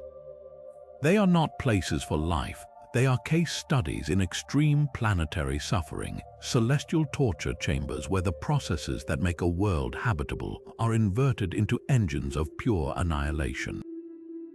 To stand on the surface of a pulsar planet would be to witness the universe at its most viciously creative. A world of fire and ice, carved not by the gentle forces of water and wind, but by the relentless, hammering blasts of radiation and gravity from a dead star that refuses to go quietly into the night. But pulsars and their tortured worlds represent a localized, if extreme, form of violence, a specific kind of hell for a single, unlucky planet. The horror we must now confront is not localized at all. It is the ultimate fate of everything, the final chapter for the entire cosmos, and it presents us with two equally terrifying outcomes. For decades, cosmologists have debated the universe's ultimate destiny, a question that boils down to a simple, brutal tug of war. On one side is the relentless force of gravity pulling everything together, On the other is the momentum of the Big Bang's initial expansion, and more recently, the mysterious repulsive force of dark energy pushing everything apart. The outcome of this struggle will decide whether the universe ends in fire or in ice. The first potential finale is known as the Big Crunch. In this scenario, the collective gravitational pull of all the matter and dark matter in the universe is finally enough to overcome the expansion. After billions of years of growth, the universe would reach a maximum size, hesitate for a cosmic moment, and then begin to contract. At first, this reversal would be almost imperceptible. Distant galaxies would slowly stop their red-shifted flight away from us. Then, their light would subtly shift towards the blue end of the spectrum as they began to fall back toward us. The pace of this collapse would accelerate, slowly at first, and then with terrifying speed. Galaxies would begin to merge and collide as space itself shrinks around them. The background temperature of the universe, the frigid cold of the cosmic microwave background, would begin to rise. The night sky, which has been growing darker and emptier for eons, would start to brighten again as galaxies are crammed closer together. The final moments of the Big Crunch would be a feverish, hellish crescendo. The entire universe would be compressed into a smaller and smaller volume, heating up to incredible temperatures. First, galaxies would be mashed into a single, seething supergalaxy. Then, stars would be ripped apart, their material adding to the cosmic inferno.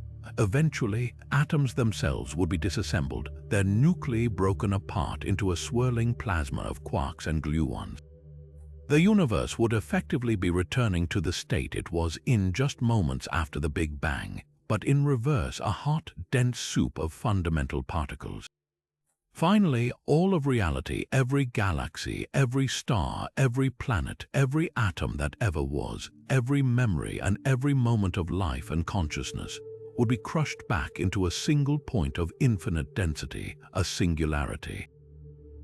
The universe would effectively commit suicide, collapsing into the same state from which it was born, perhaps setting the stage for another Big Bang in an endless cycle of birth and death. The horror of the Big Crunch is one of claustrophobic destruction, of being crushed into nothingness alongside everything that ever existed. The alternative is, in many ways, even more chilling. This is the Big Freeze, also known as the heat death of the universe. In this scenario, dark energy wins the cosmic tug of war decisively. The expansion of the universe continues to accelerate forever. Galaxies outside our local group would first redshift out of visible range, then vanish beyond our cosmic horizon. The universe would become a vast, ever-expanding emptiness. Within each island universe like our Milky Way, the story is one of slow, irreversible decay. Stars will eventually exhaust their nuclear fuel. Massive stars will die in supernova, leaving behind neutron stars and black holes. Smaller stars, like our Sun, will shed their outer layers and cool into white dwarfs, which will, over trillions upon trillions of years, radiate away their remaining heat and fade to black dwarfs' cold, dark cinders. The interstellar gas and dust needed to form new stars will gradually be locked away in these dead stellar remnants or ejected into the void. The process of star formation will sputter and stop. The last stars will flicker out. The universe will be left with a population of dead stars and black holes, drifting farther and farther apart in an ever-cooling, ever-darkening void. The temperature of the universe will asymptotically approach absolute zero. In this frozen, eternal darkness, even the seemingly permanent will begin to erode. According to some theories, even protons, the very building blocks of atomic nuclei, may not be stable over these immense timescales. Over periods so long they make the current age of the universe seem like a single heartbeat, protons themselves may decay, causing all remaining matter, every black dwarf, every asteroid, every frozen planet, to slowly evaporate into radiation and subatomic particles. Finally, the supermassive black holes, the last bastions of order and structure, will themselves evaporate away via Hawking radiation, emitting their final particles into the emptiness. The end state of the Big Freeze is not a dramatic collapse, but a slow, agonizing fade into oblivion. It is a universe that dies not with a bang, but with a whisper that grows fainter and fainter until there is nothing left but a uniform, infinitesimal sea of low-energy radiation, stretched across an infinite void, unable to perform any meaningful work. There is no energy gradient left, no hot or cold, no structure or order of any kind. It is the ultimate state of maximum entropy, a cosmic graveyard where time itself becomes meaningless because absolutely nothing ever happens again. The horror of the Big Freeze is the horror of infinite loneliness, of being the last sentient being in a cold, dead, and utterly silent cosmos, watching the lights go out one by one forever, until only an eternal, unchanging, and perfect darkness remains. One fate offers a violent, collective end, the other offers an infinite, solitary nothingness. Both are equally terrifying in their finality. But if the grand, slow-motion fate of the entire universe feels abstract and impossibly distant, a far more immediate and violent form of consumption is unfolding in our own celestial backyard, a drama of gravity and destruction that we are both witnesses to and future participants in. We now turn to the cosmic phenomenon of galactic cannibalism, a process that reveals the universe not as a serene collection of island universes, but as a dynamic, competitive, and often brutal ecosystem. For a long time, we viewed galaxies as isolated islands of stars, drifting through the void in majestic isolation. We now know this is a beautiful illusion. The universe is a web, and galaxies are the glittering knots in that web, connected by invisible filaments of dark matter. And within these cosmic structures, a simple Darwinian rule often applies: the big eat the small.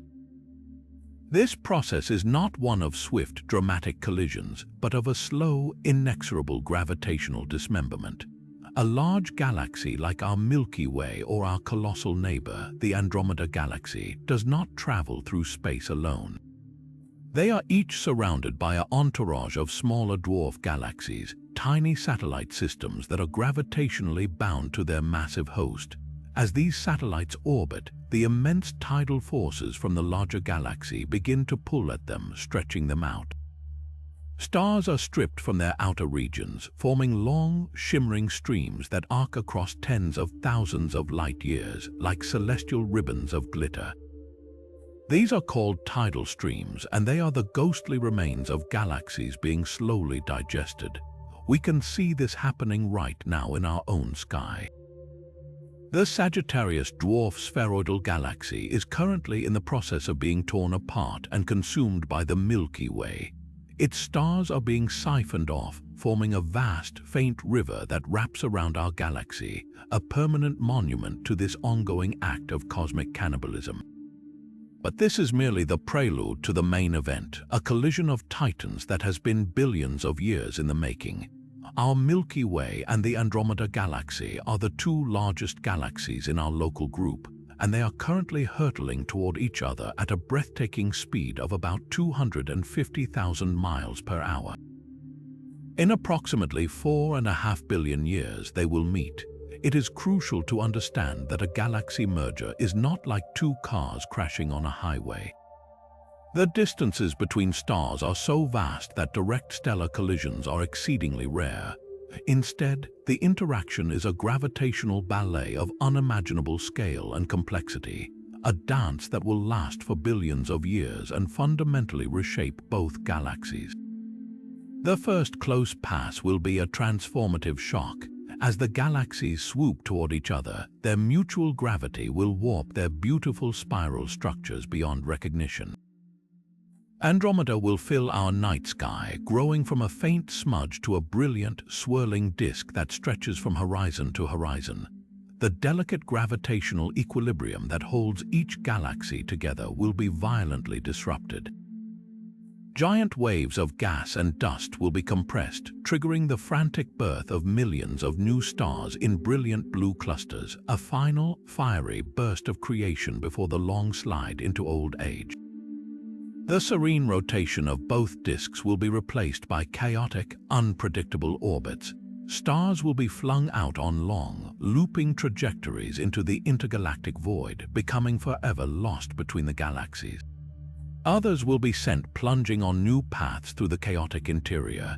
The central supermassive black holes of both galaxies, which have been quietly feeding for eons, will be stirred from their slumber. Dragged by the settling gas and the gravitational pull of their counterparts, they will begin a slow, spiraling dance toward the new center of the merging galaxy. As they orbit each other, they will pump immense energy into the surrounding gas, and their final merger will release a tsunami of gravitational waves that will ripple through the fabric of space-time itself. After multiple close passes over hundreds of millions of years, the two galaxies will finally relax into a single, new structure. The elegant spirals defined by their graceful arms will be gone forever. In their place will stand a giant, featureless elliptical galaxy, a bland sphere of old, red stars that astronomers have nicknamed Milkomda. This new galaxy will be larger and heavier than either of its progenitors, a testament to its violent birth. The fate of our solar system in this cosmic tumult is a fascinating question. Simulations suggest that during the merger, there is a significant chance, roughly 50%, that our Sun, and by extension Earth, could be gravitationally flung out much farther from the galactic core than we are today. We might end up in the quiet, sparse outer halo of Milkomda. There is also a small but non-zero possibility that we could be ejected entirely, becoming a true intergalactic wanderer, a solar system adrift in the immense darkness between galaxies. But even if we remain, the night sky from Earth would be utterly unrecognizable. The familiar band of the Milky Way would be gone, replaced by a chaotic, dazzling spectacle of dust lanes, star clusters, and the brilliant glow of the merged galactic cores. It would be a view of both terrifying beauty and profound loneliness, a constant reminder that our galaxy, our home for so long, is no more, consumed in an act of creation that is also an act of destruction. Galactic cannibalism shows us that even the largest structures in the universe are not permanent. They are temporary patterns in an eternal dance of gravity, building themselves up by tearing others down. While the grand, sweeping forces of galactic cannibalism reshape the cosmos over billions of years, a single event lasting just 72 seconds reminds us that mystery can also arrive in a fleeting, piercing instant. This brings us to one of the most enduring and profoundly unsettling enigmas in the search for extraterrestrial intelligence, the WOW signal. It was a summer evening on August 15, 1977, at the Big Ear Radio Telescope in Ohio. This massive instrument was methodically scanning the sky, its receivers tuned to the hydrogen line frequency of 1420 MHz, a quiet channel known as the water hole that scientists theorized might be used for interstellar communication. The operation was largely automated, with data printed out in long columns of alphanumeric strings on continuous feed paper. Volunteer Jerry Amon was performing the tedious but crucial task of reviewing these printouts days later when his eye caught something that made him stop cold. There, in a sequence of characters representing signal intensity, was a string of letters and numbers so powerful and unexpected that he circled it in red pen and wrote a single, emphatic word in the margin: "Wow." The signal itself was a masterpiece of cosmic perfection.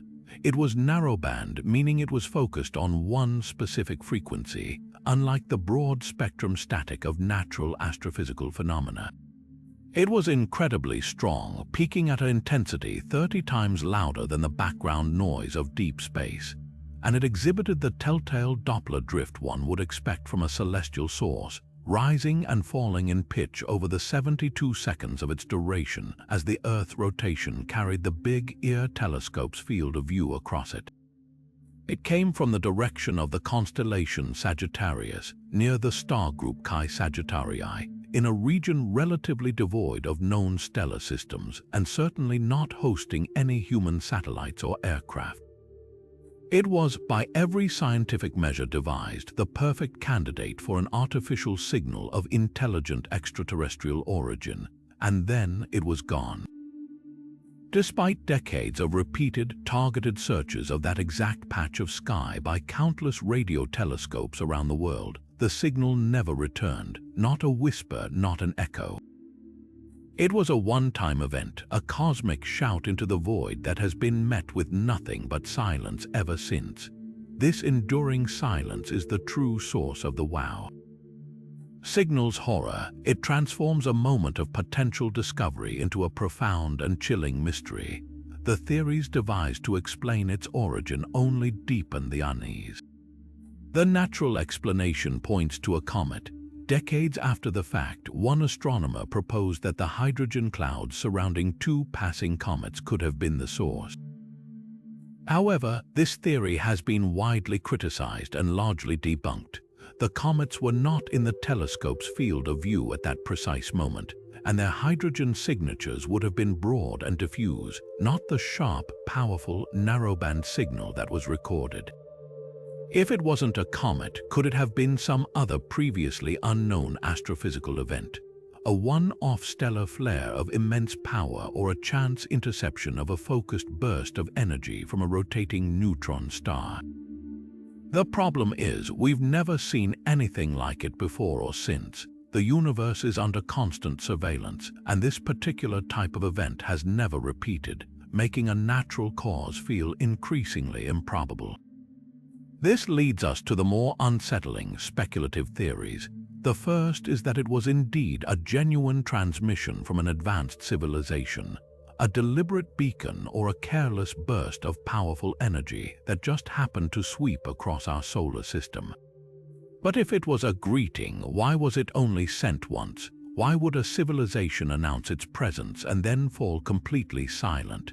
This introduces the terrifying possibility of a zoo hypothesis scenario where we are being observed but not contacted, and the wow. Signal was a momentary lapse in their protocol, a blip that was quickly corrected. Or perhaps it was not a deliberate message at all, but a piece of colossal machinery, an alien propulsion system or a weapon, being tested for a brief moment, its energy signature accidentally leaking in our direction. A far more sinister interpretation is that the signal was not a hello but a goodbye. What if it was the final, dying transmission of a civilization that had just annihilated itself?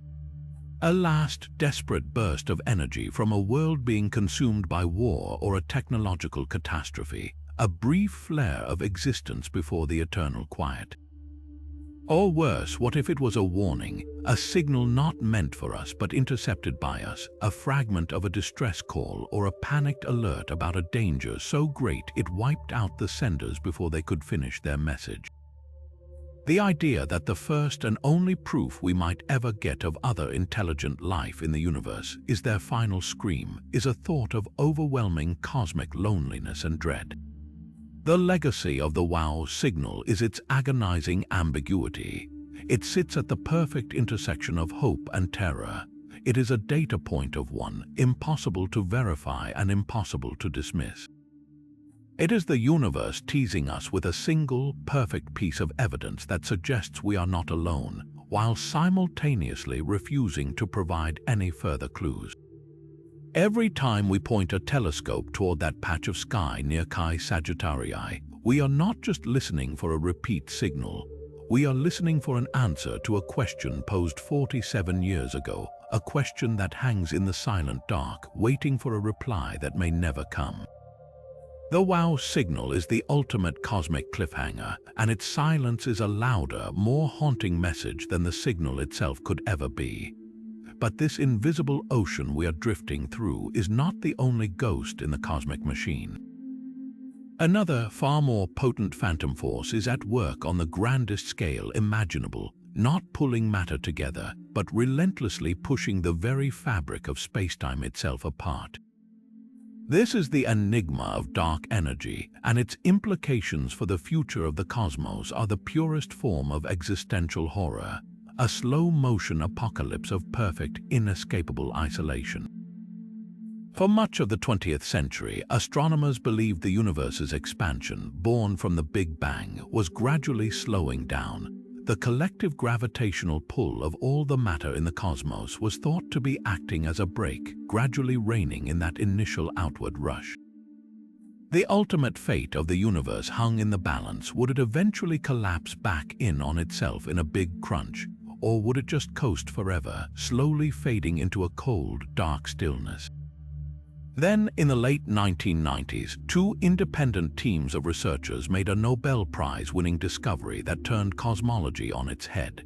By observing distant Type 1a supernova, the brilliant, standardizable explosions of white dwarf stars, they were able to measure the expansion rate of the universe with unprecedented precision across vast cosmic distances. To their utter astonishment, they found that the expansion was not slowing down at all. It was speeding up. The universe was accelerating, as if some mysterious, repulsive force was blowing up the balloon of spacetime from the inside, and someone was steadily increasing the pressure. This mysterious force was dubbed dark energy. We cannot see it, touch it, or directly detect it with any instrument we possess. Its presence is inferred solely from its dramatic effect on the cosmos.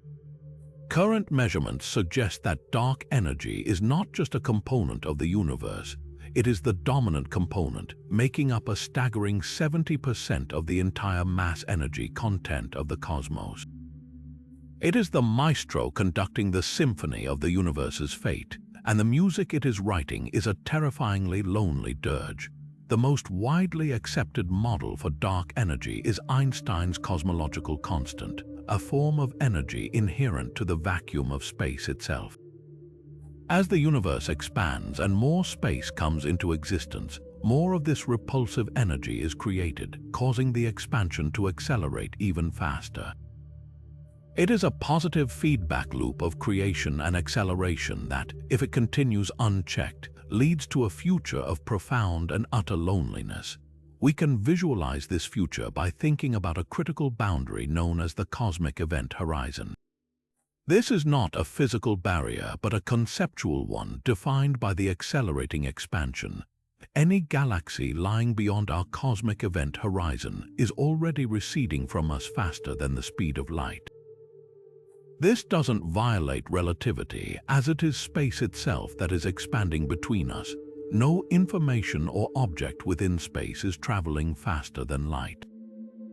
But the effect is the same. We are forever cut off from that galaxy. No signal we send, no matter how powerful, could ever reach it, and no light it emits now will ever reach us in the future.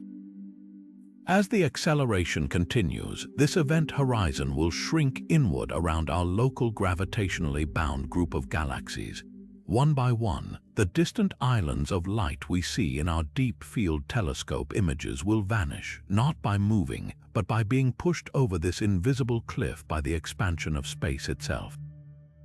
Their light will redshift into oblivion, fading from visible light to infrared, then to radio waves, and finally into undetectable wavelengths. Their images will freeze like a movie paused on the last frame, and then they will simply wink out. The final stage of this process is the heat death of the universe, also known as the Big Freeze. In this distant epoch, trillions of years from now, the acceleration will have torn apart the cosmos on every scale. First, the space between galaxy clusters will become an unbridgeable void. Then, the expansion will overcome the gravitational pull holding individual galaxies together. Galaxies like our future Milkomda will be ripped apart, their stars scattered into the expanding darkness. Later, the same fate will befall star systems. The space between stars will stretch until the gravitational bonds holding solar systems together simply snap. Planets will be torn from their suns and sent drifting alone through the freezing black. In the very final acts, the expansion may even become so powerful that it overcomes the forces holding atoms themselves together, a hypothetical end known as the Big Rip. But even without that ultimate violence, the outcome is the same. A cold, dark, and utterly empty universe where the temperature uniformly approaches absolute zero and no further work can be done. No stars will form, no chemistry will occur, no life can exist. The cosmos will be a vast, silent, and eternal graveyard, where the last remaining particles are so far apart they are effectively alone forever. This is the true horror of dark energy. It doesn't destroy the universe with fire and fury. It condemns it to die of exposure, alone in the dark, separated from everything else that ever was by an ever-widening gulf of nothingness that nothing can ever cross. But the silent, inexorable push of dark energy is a fate that unfolds over eons, a slow-motion unraveling of the cosmos. The horror we now face is one of sudden, violent ejection, a celestial bullet fired from the heart of a galactic cannon. These are hypervelocity stars, and their very existence defies our understanding of a stable, orderly universe. Imagine a star not drifting peacefully through the galaxy, but rocketing through the void at a staggering speed of over 1,000,000 miles per hour. At that velocity, you could travel from the Earth to the Moon in less than 15 minutes. These are not mere specks of light. They are massive, sun-like furnaces turned into intergalactic projectiles, and their origin story is one of the most violent events imaginable. Most of these stellar speedsters are created by the immense gravitational forces at play in the center of our galaxy, where a supermassive black hole named Sagittarius A star reigns supreme. Often, a binary star system, two stars orbiting each other, will wander too close to this gravitational monster. In a cosmic game of gravitational pinball, the black hole's immense pull can capture one star while violently flinging its companion away at an incredible speed, like a slingshot fired with the force of 4 million suns. The captured star is condemned to orbit the beast, while the ejected star is sent screaming out of the galaxy entirely, destined to travel alone through the intergalactic void for billions of years. Other hypervelocity stars can be born from the chaotic interactions within dense star clusters, or even be launched by the shockwaves of a nearby supernova explosion. However they are created, they become solitary wanderers on a one-way trip into nothingness. Now, consider the unimaginable implications of one of these stellar bullets, not just passing through the emptiness between galaxies, but on a trajectory that takes it directly through a foreign solar system. The chances are astronomically small, but in a galaxy of hundreds of billions of stars over billions of years, the unlikely becomes inevitable. The first sign of its approach would not be a dramatic visual change in the sky. From a distance, it would just look like another star, perhaps growing slightly brighter over centuries. But its gravitational influence would be felt long before it arrived. As it entered the outer reaches of the solar system, its mass would begin to act like a gravitational plow, disturbing the delicate orbits of countless objects in the Oort cloud. It would trigger a storm of comets, sending icy bodies hailing inward toward the inner planets in a shower that could last for millennia, any one of which could be a civilization-ending impact event. As the star drew closer, its gravity would become a disruptive force on the planets themselves. The orbits of gas giants like Jupiter and Saturn could be altered, their gravitational shepherding of asteroids within the belt destabilized. The Earth's own orbit could be subtly or drastically changed. A slight nudge outward would plunge our world into a permanent ice age. A nudge inward would slowly bake our oceans away. In a worst-case scenario of an extremely close pass, planets could be ripped from their orbits entirely and sent flying into the darkness themselves, becoming rogue planets accompanying their new, temporary stellar host on its journey into the void. The solar system would be left in a state of gravitational chaos, its clockwork precision replaced by a new, unpredictable and potentially lethal orbital dance. Yet the gravitational disruption might not be the most alien threat such a visitor could bring. Panspermia is the theory that life could be spread throughout the galaxy by hitchhiking on asteroids, comets, or other cosmic debris. A hypervelocity star, violently ejected from its home system, could easily be carrying an entourage of planets, asteroids, and comets with it. These planetary bodies, suddenly ripped from their cozy orbit around a stable star and flash frozen in the interstellar void, could serve as deep freeze arcs for microbial life. If one of these frozen satellites were to be jostled loose by the star's gravitational interaction with our solar system and sent on a collision course with Earth, it could be delivering a biological payload from an entirely different galactic environment. These wouldn't be familiar terrestrial germs, they would be alien microorganisms that evolved under a different sun with a completely different biochemistry. Our immune systems would have no precedent for such an invader, and an extraterrestrial pathogen could potentially bypass all our biological defenses, triggering a pandemic for which there is no natural immunity or cure. The hypervelocity star would thus be a dual threat, a gravitational wrecker of worlds and a potential carrier of biological annihilation from the deepest, most alien reaches of the galaxy. It is a reminder that the universe does not just try to kill us with rocks and radiation. Sometimes it might try to infect us, but after contemplating the silent, terrifying eternity promised by dark energy and the violent, random trajectories of stellar bullets, we arrive at a horror that is not cosmic in scale but deeply, intimately personal. It is a thought experiment that burrows into the very nature of consciousness and reality, suggesting that the end we all fear might be an illusion replaced instead by an inescapable, eternal prison of subjective experience.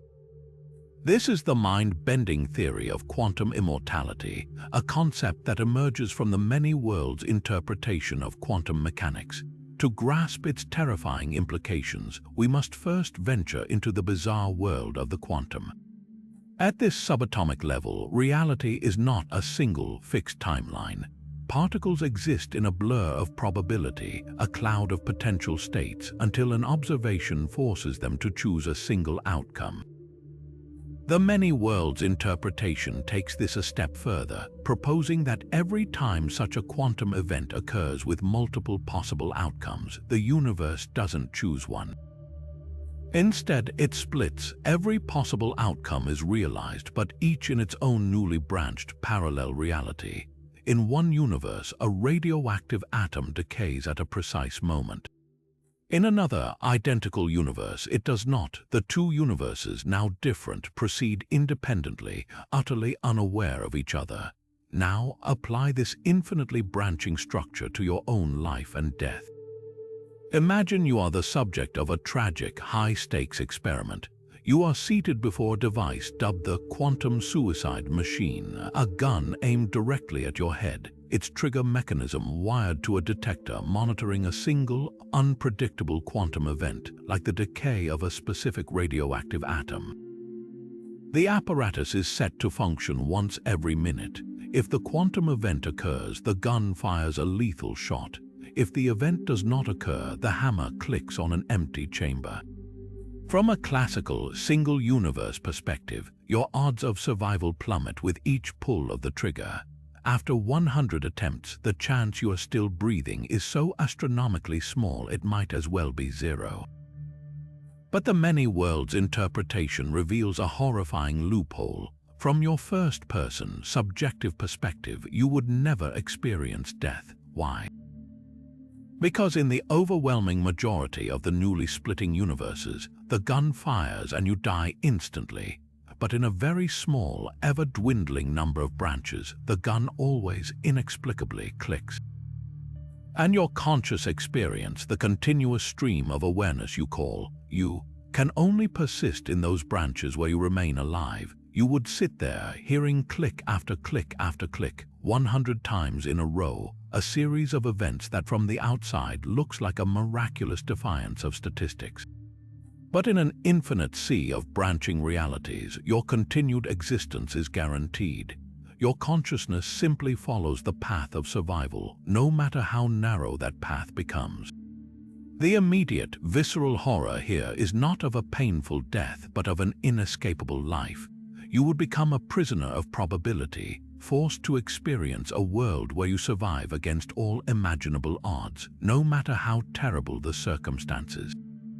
But the deeper, more profound psychological terror lies in the implications this has for how we may have already lived. Reflect on every near miss in your own life. The car accident you barely avoided by swerving at the last second, the illness you recovered from against all medical expectations, the sudden decision not to board a flight that later vanished without a trace. From a classical, single-universe viewpoint, you were incredibly lucky. From the quantum immortality perspective, perhaps you did die in those events. In countless other universes, other versions of you did perish in those car wrecks, succumb to those illnesses, and vanish in those crashes. But your conscious experience, the singular thread of awareness you call you, simply continued in the branch where you survived. You are not the original you from birth. You are the cumulative survivor of every single quantum event that could have killed you. You are the one who has always somehow slipped through the cracks of death. This leads to the unsettling concept of a multiverse death, where you don't experience a single, final end, but countless deaths across the infinite branching tree of reality. The you listening to this now will never experience cessation, but an unimaginable number of your other selves have already met grisly, untimely ends.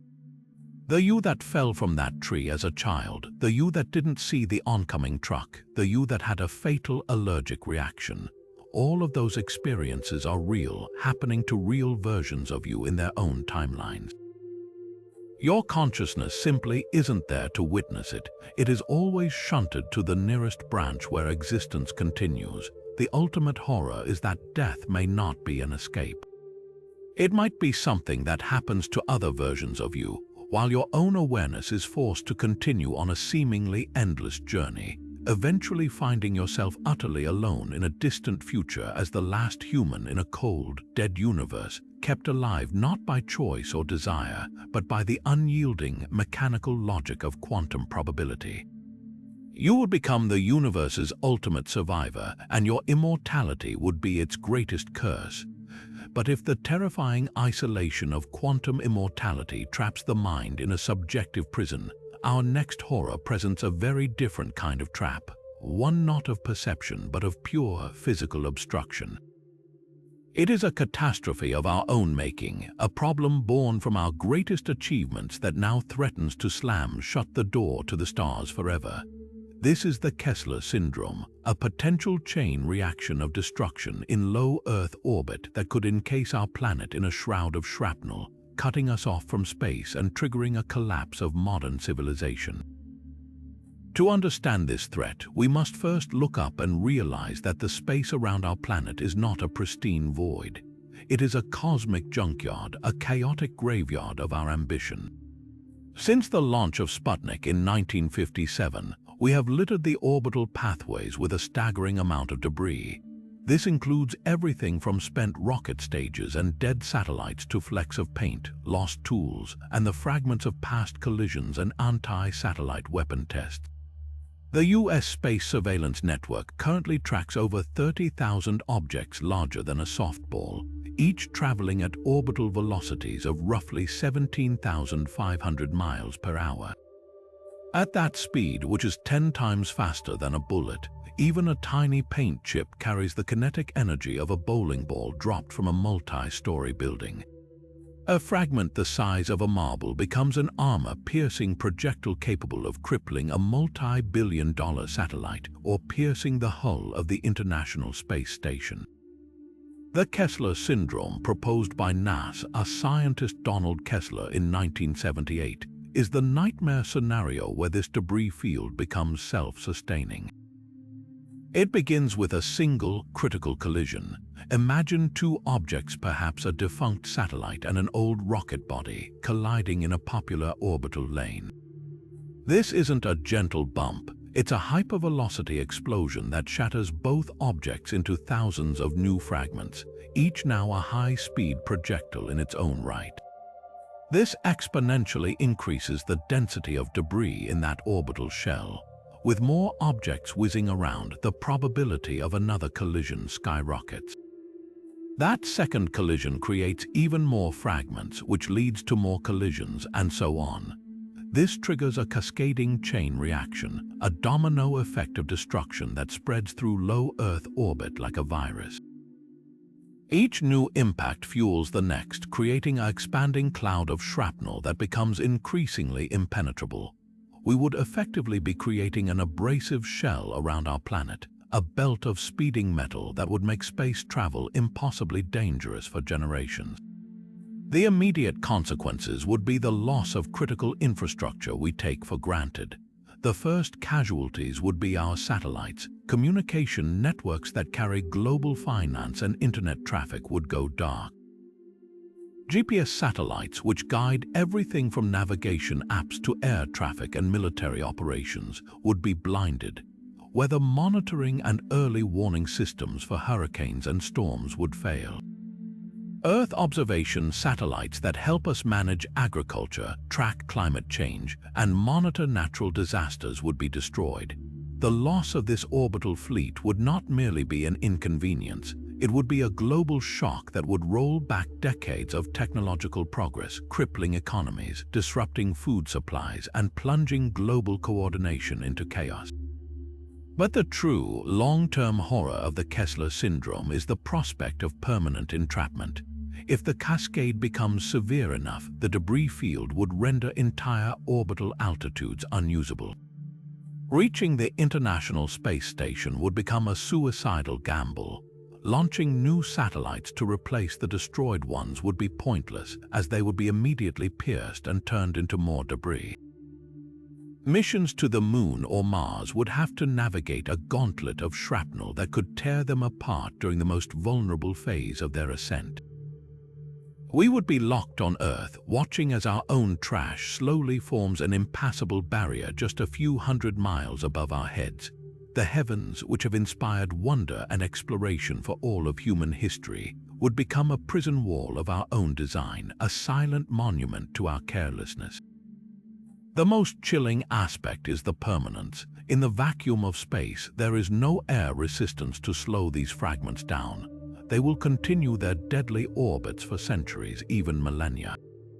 Cleaning it up is a technological nightmare of almost unimaginable scale, requiring concepts like giant nets, laser brooms, or robotic arms to capture and deorbit these tiny, fast-moving targets. By the time we realize the severity of the problem, it might already be too late to stop the cascade. The Kessler syndrome is a slow-motion disaster we are actively fueling with every launch and every test, a reminder that our greatest frontier could be closed by the smallest pieces of our own ambition.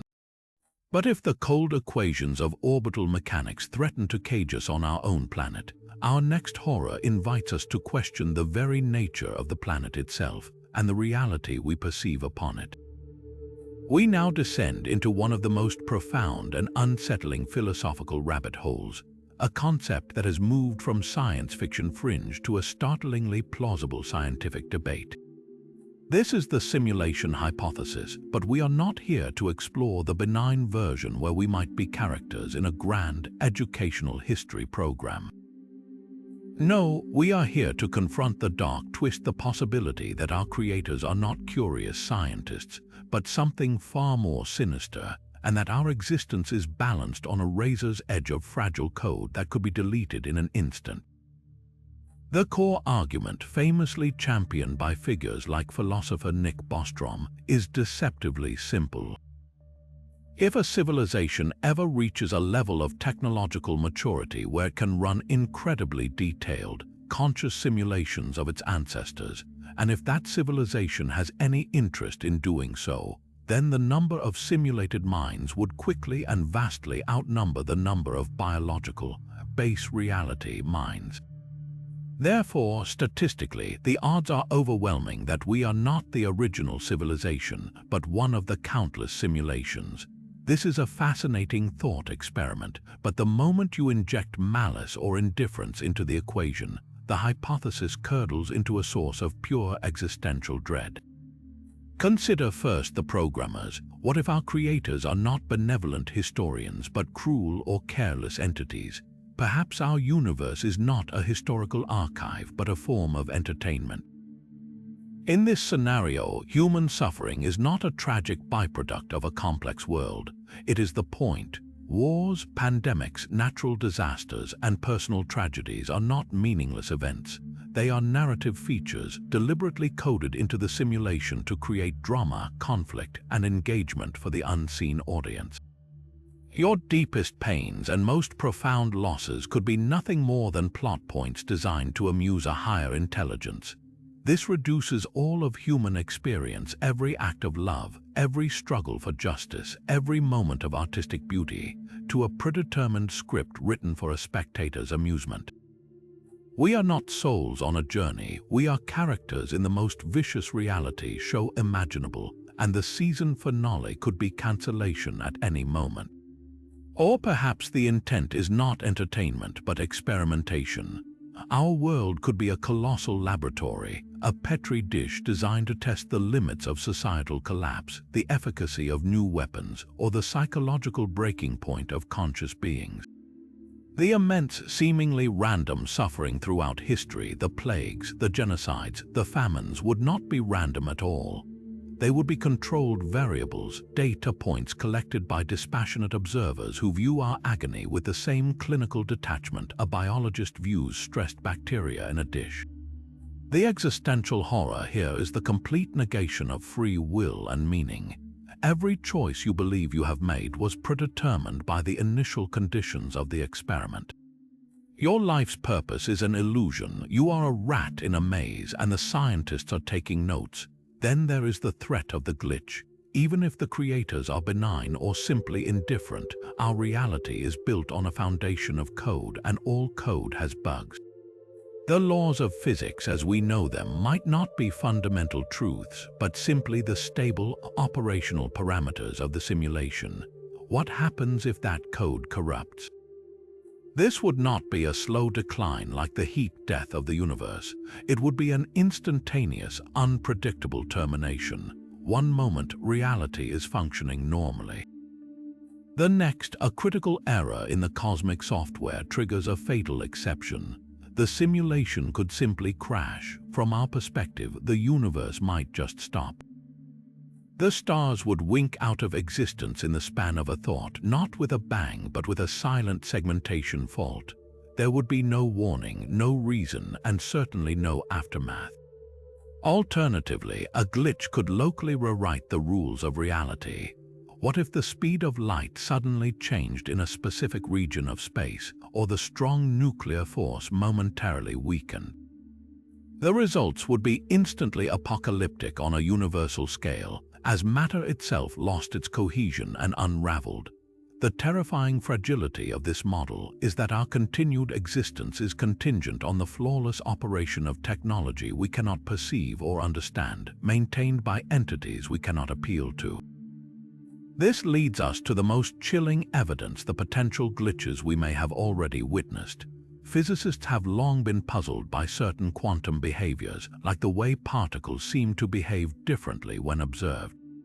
Could the so-called observer effect be an optimization protocol in the simulation, a way to conserve processing power by only rendering the fine details of reality when something is looking at it?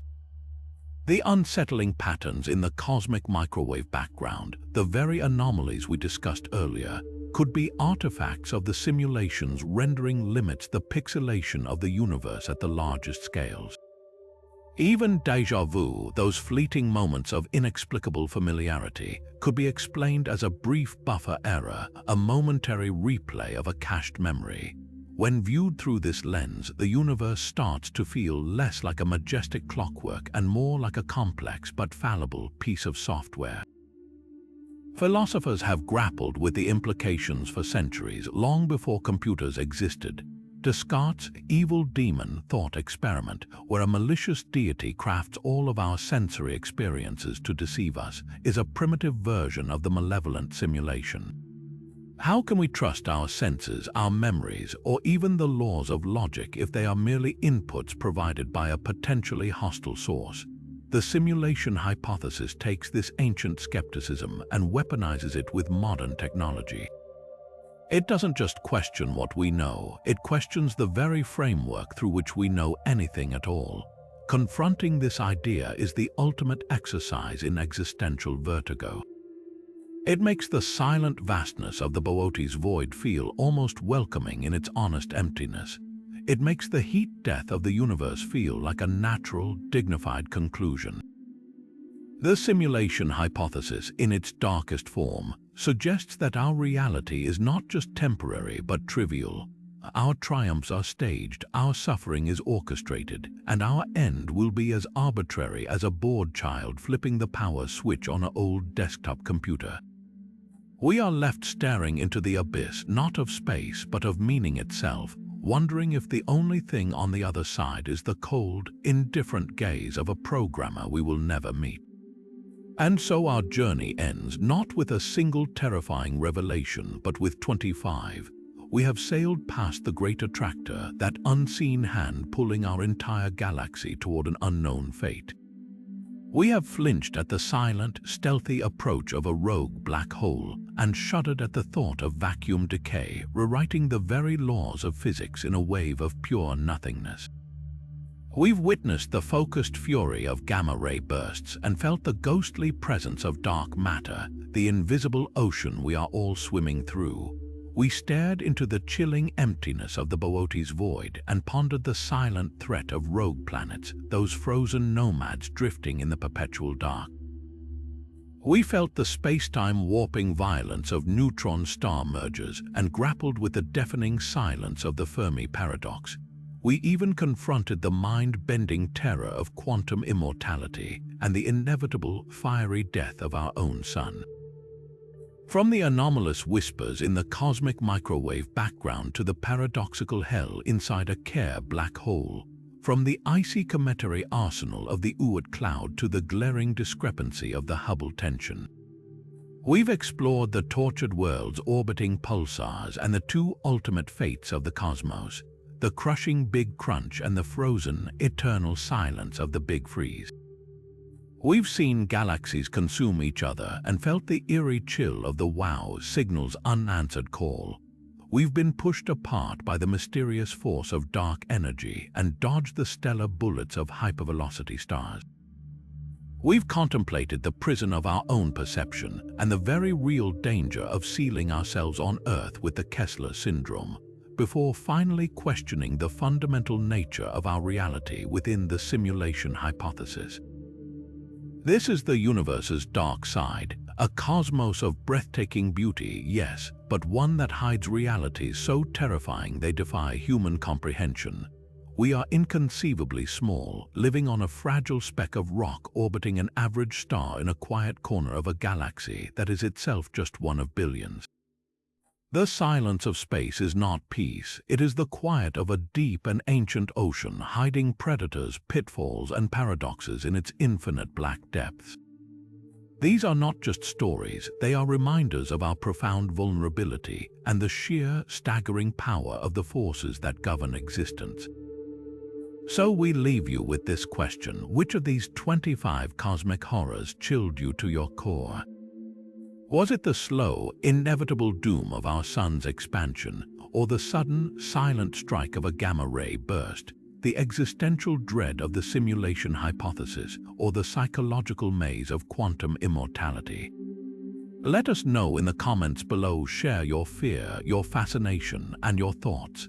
If this journey into the abyss has left you hungry for more mysteries of the cosmos, make sure to subscribe and hit the notification bell.